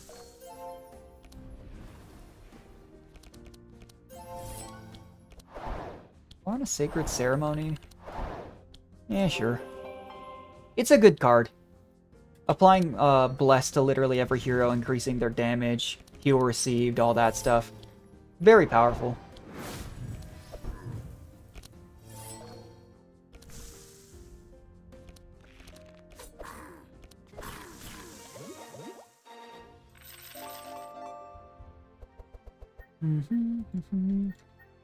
That and that. And it should just be one more fight. Oh yeah, we have the warehouse. 50-50. Do I believe in a 50-50? Also, what equipment do we have? Oh, this doesn't even have armor or a ring. Let's try armor. 50-50. Come on, game. Hey, we did it. I was actually really waiting for it not to happen. You know what? I'll give Iron Fortress. It makes him slower, but I feel like speed only really matters on Magnus. So, you know, Otis was squishy. Do we want to do that? You know what? Let's risk it. Why not? Currency retention and all that, you know? This is the last fight we gotta win before we're gonna end the stream. And so we just win this fight. We get some extra, I mean, that's what, like 30% currency retention? And we were getting like 40? That's a good chunk. And we'll have 3 big chests, and maybe next time we stream this, we'll just go for a really big, like, difficult run.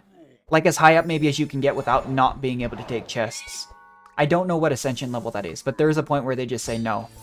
No, you can't have chests, that's cheating. They get random blobs. Yeah, this is why I wasn't super scared, because the blobs are just a little bit of extra damage. And at the end of the day, if one person survives the fight, you know, that's all I need.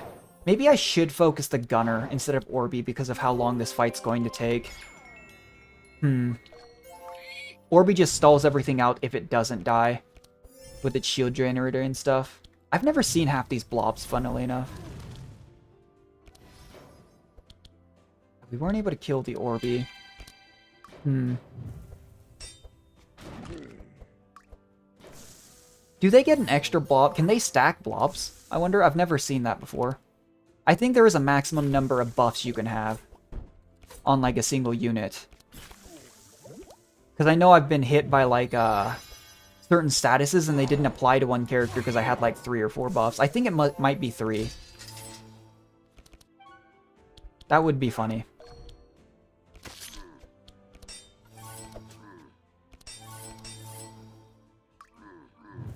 Okay. Sacred Guard. Part of the problem is, too, you wouldn't think it, but just even having more HP on enemies, it might just extend them by 1 turn when you're stacking poison and such. But it's dangerous enough that it still causes some problems. I was hoping to take the gunner down there. It's so much extra block. And that block wasn't even from Orby, it was from someone else.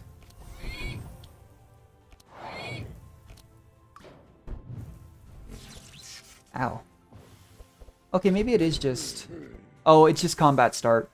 Yeah, I know how to read, I just don't do it very often. I don't know what to tell you.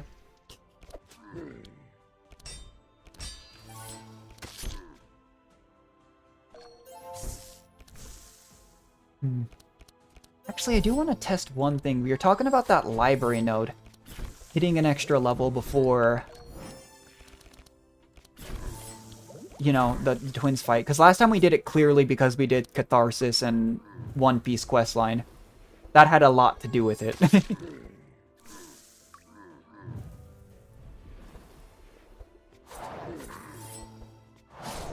Ow. Jeez.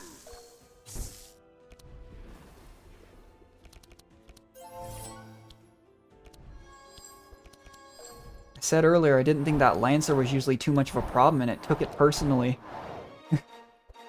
Knocks like half of Magnus' health off. Yeah, 520. Hey, there's the ground slam we were talking. You know what? Actually, AoE with Sanctify is good.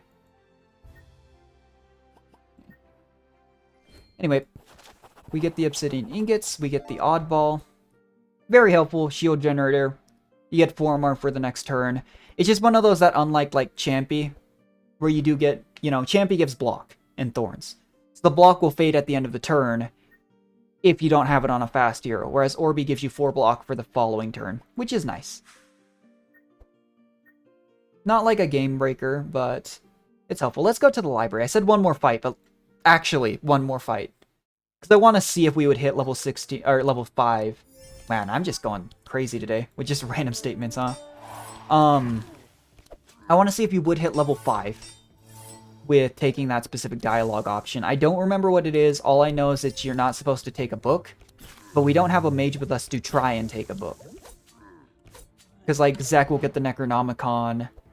I'm trying to remember what everyone gets, actually.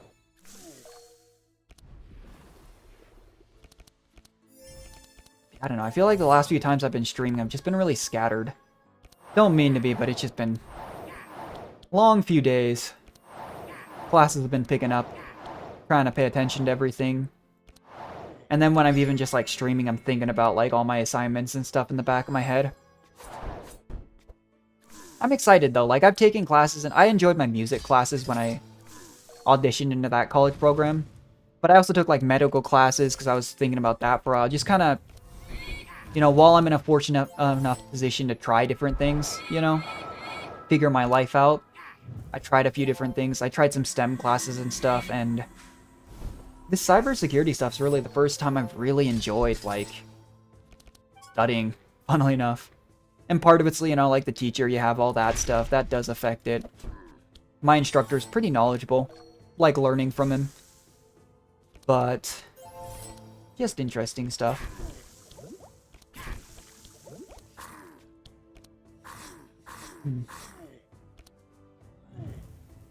One's down, okay. Fine retribution. That thing can heal, but it's probably okay. Double Lancer. I don't really know what it is that caused that Lancer hit to hurt so bad. Because I know, yeah, X equals target Thorns. That will one-shot a Bree.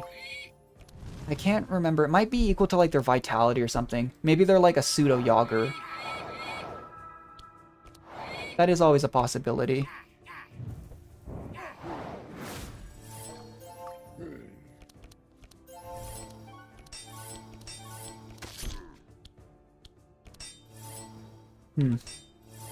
Yeah. But this is like another example of kind of a ragtag group I have. Where again, we just have the generally powerful warrior. That's helpful. And then we kind of brought along, you know, Sanctify, Bless, Healer duo. But it's not really like a concise, like, this team fits really well together with each other. And again, with Dark Comp, you know, putting all your eggs in one basket can actually be bad in this game. But I also like that synergy. That's the big roguelike effect. Anyway, you take your time and read the history book. Yeah, it's 800 XP. Yeah, you would actually. 800 XP, we're 60 away. And I would assume a battle gives you at least 60. Interesting. So that's definitely how you do it. And again, at a higher ascension, the twins are dangerous. They really can do a lot of damage, but Anyways, guys, we end that there. Because we saved up so much extra currency, you can see. Not too much, 30% retention, but 1,300, 900 is nice. But we're going to go ahead and end the stream there. Thanks for everyone who stopped by, watched the VOD, chatted, and everything. We will probably... I'll try. If I have time, I'll try to stream tomorrow or Monday. But on weeks that there isn't a new Star Rail, Arc Knights, or like Genshin, something to do, it'll probably be once or twice a week for a while. But anyways, guys, I'll catch you next